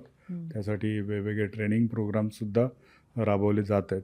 त्यामुळे आपल्या देशामधली जी मूळ चिकित्सा पद्धती आहे, जी आपल्याकडे सूचिवेदा नावाचा ग्रंथ होता, हं. सूचिचिकित्सा वेदांमध्ये होती, ती परत आपल्या देशाला मिळावी आणि आपले अनावश्यक जे खर्च चाललेत वैद्यकीय उपचारांवर ते हं. कमी व्हावेत यासाठी आम्ही प्रयत्नशील आहोत. तर त्यामुळे हे दृश्य बघायचं आहे की प्रत्येक गावागावामध्ये एक ॲक्युपंक्चरिस्ट असलाच पाहिजे. वाह! खरंच पूर्ण व्हावं तुमचं स्वप्न आणि येस. सगळीकडे आपल्याला क्लिनिक्स बघायला मिळावेत. येस. आपला जो प्रेक्षक वर्ग जो वेदनेत आहे, त्यांना ॲक्युपंक्चरबद्दल किंवा ओव्हरऑल काय सल्ला द्याल तुम्ही? कसं आहे की जेव्हा तुम्हाला वेदना होते त्यावेळी ती वेदना समजा 3 आठवडे किंवा 4 आठवड्यांपर्यंत कमी नाही झाली हं. तर तुम्हाला जाऊन त्याची तपासणी करणं आवश्यक आहे. हं. घरच्या घरी उपाय करू नका. 1 महिना 2 महिन्यापेक्षा जास्त पुढे जाऊ नका हं. आणि लगेच तपासून घ्या. जर तुम्हाला प्रथम तुमच्या फिजिशियनकडे जा, त्यांना तपासून घ्या काय नेमकं झालं आहे. ॲक्युपंक्चरिस्टकडे तुम्ही डायरेक्टली जाऊ शकता किंवा आपली चिकित्साची जी सेंटर्स आहेत, हं. अशा प्रकारचे सेंटर्स अनेक ठिकाणी आहेत. तिकडे तुम्ही जाऊ शकता. चिकित्सा नी स्पाइन अँड मोरमध्ये आपण काय करतो, तर आपल्याकडे आयुर्वेदिक फिजिशियन्स असतात, जे सगळे सिनियर आयुर्वेदिक डॉक्टर्स आहेत. ते आमच्या रुग्णांना तपासतात आणि तपासल्यानंतर मग त्याचं कंप्लीट हिस्ट्री घेतात. लहानपणापासूनची सगळी हिस्ट्री घेतली जाते. कुठले कुठले आजार झालेत, काय झाले, कुठले ट्रॉमा आहेत, सगळी हिस्ट्री घेतात आणि त्यानंतर आमचे फिजिओथेरपिस्टचे डॉक्टर्स असतात. ती एक टीम असते. ती टीम पूर्णपणे शरीराचं असेसमेंट करतं. असेसमेंटमध्ये साधारण अर्धा तास जातो त्यांचा. एक एक स्नायू, एक एक जॉईंट्स तपासले जातात आणि सगळी फ्लेक्झिबिलिटी, पोश्चर सगळं तपासलं जातं. हं. मग तो एक रिपोर्ट बनवतात. मग आयुर्वेदिक डॉक्टर, फिजिओथेरपिस्ट दोघंही तुमचा रिपोर्ट बनवतात. तो रिपोर्ट आल्यानंतर त्याचं नंतर फायनल डायग्नोसिस होतं आणि मग ते डायग्नोसिस झाल्यानंतर उपचाराची दिशा ठरवली जाते आणि एक प्रोग्राम आखला जातो. ओके. आणि त्या प्रोग्राममध्ये तुम्हाला समजावण्यात जातं की कशा पद्धतीने आपण जाणार आहोत, की आज तुम्हाला सूज आहे गुडघ्याला, हं. सूज कमी करण्यासाठी आपण या ट्रीटमेंट करणार. मग वेदना कमी करण्यासाठी या ट्रीटमेंट आहेत. फ्लेक्झिबिलिटी, मूवमेंट वाढवण्यासाठी, हं. तुम्हाला चालतं करण्यासाठी, उठता बसता येण्यासाठी, या सगळ्या गोष्टींसाठी आपण उपचार करत जातो आणि मग एक प्रोग्राम ठरवला जातो. तो साधारणतः 10 दिवसांपासून 3 महिने आणि खूपच जुनाट आजार असतील तर 6 महिन्यांपर्यंत असे ते उपचार असतात. ते आमची सगळी डॉक्टरची टीम आमच्या रुग्णांना समजावून सांगते आणि मग उपचार आठवड्यातून एकदा, आठवड्यातून 2दा अशा प्रकारे ते उपचार केले जातात हं. आणि मग आपले रुग्ण बरे व्हायला लागतात. ओके. आणि हा आपल्याकडे आपल्या सगळ्या सेंटर्सना अशा प्रकारचे प्रोटोकॉल्स असतात आणि मग त्यामध्ये ॲक्युपंक्चर, मॉक्सिबक्शन, कपिंग, आयुर्वेदिक पंचकर्म, फिजिओथेरपी एक्सरसाइज आणि मग अनेक ट्रीटमेंट्स आहेत, ज्यांची नावंसुद्धा अनेकांना समजणार नाही मी जर उल्लेख केला तर.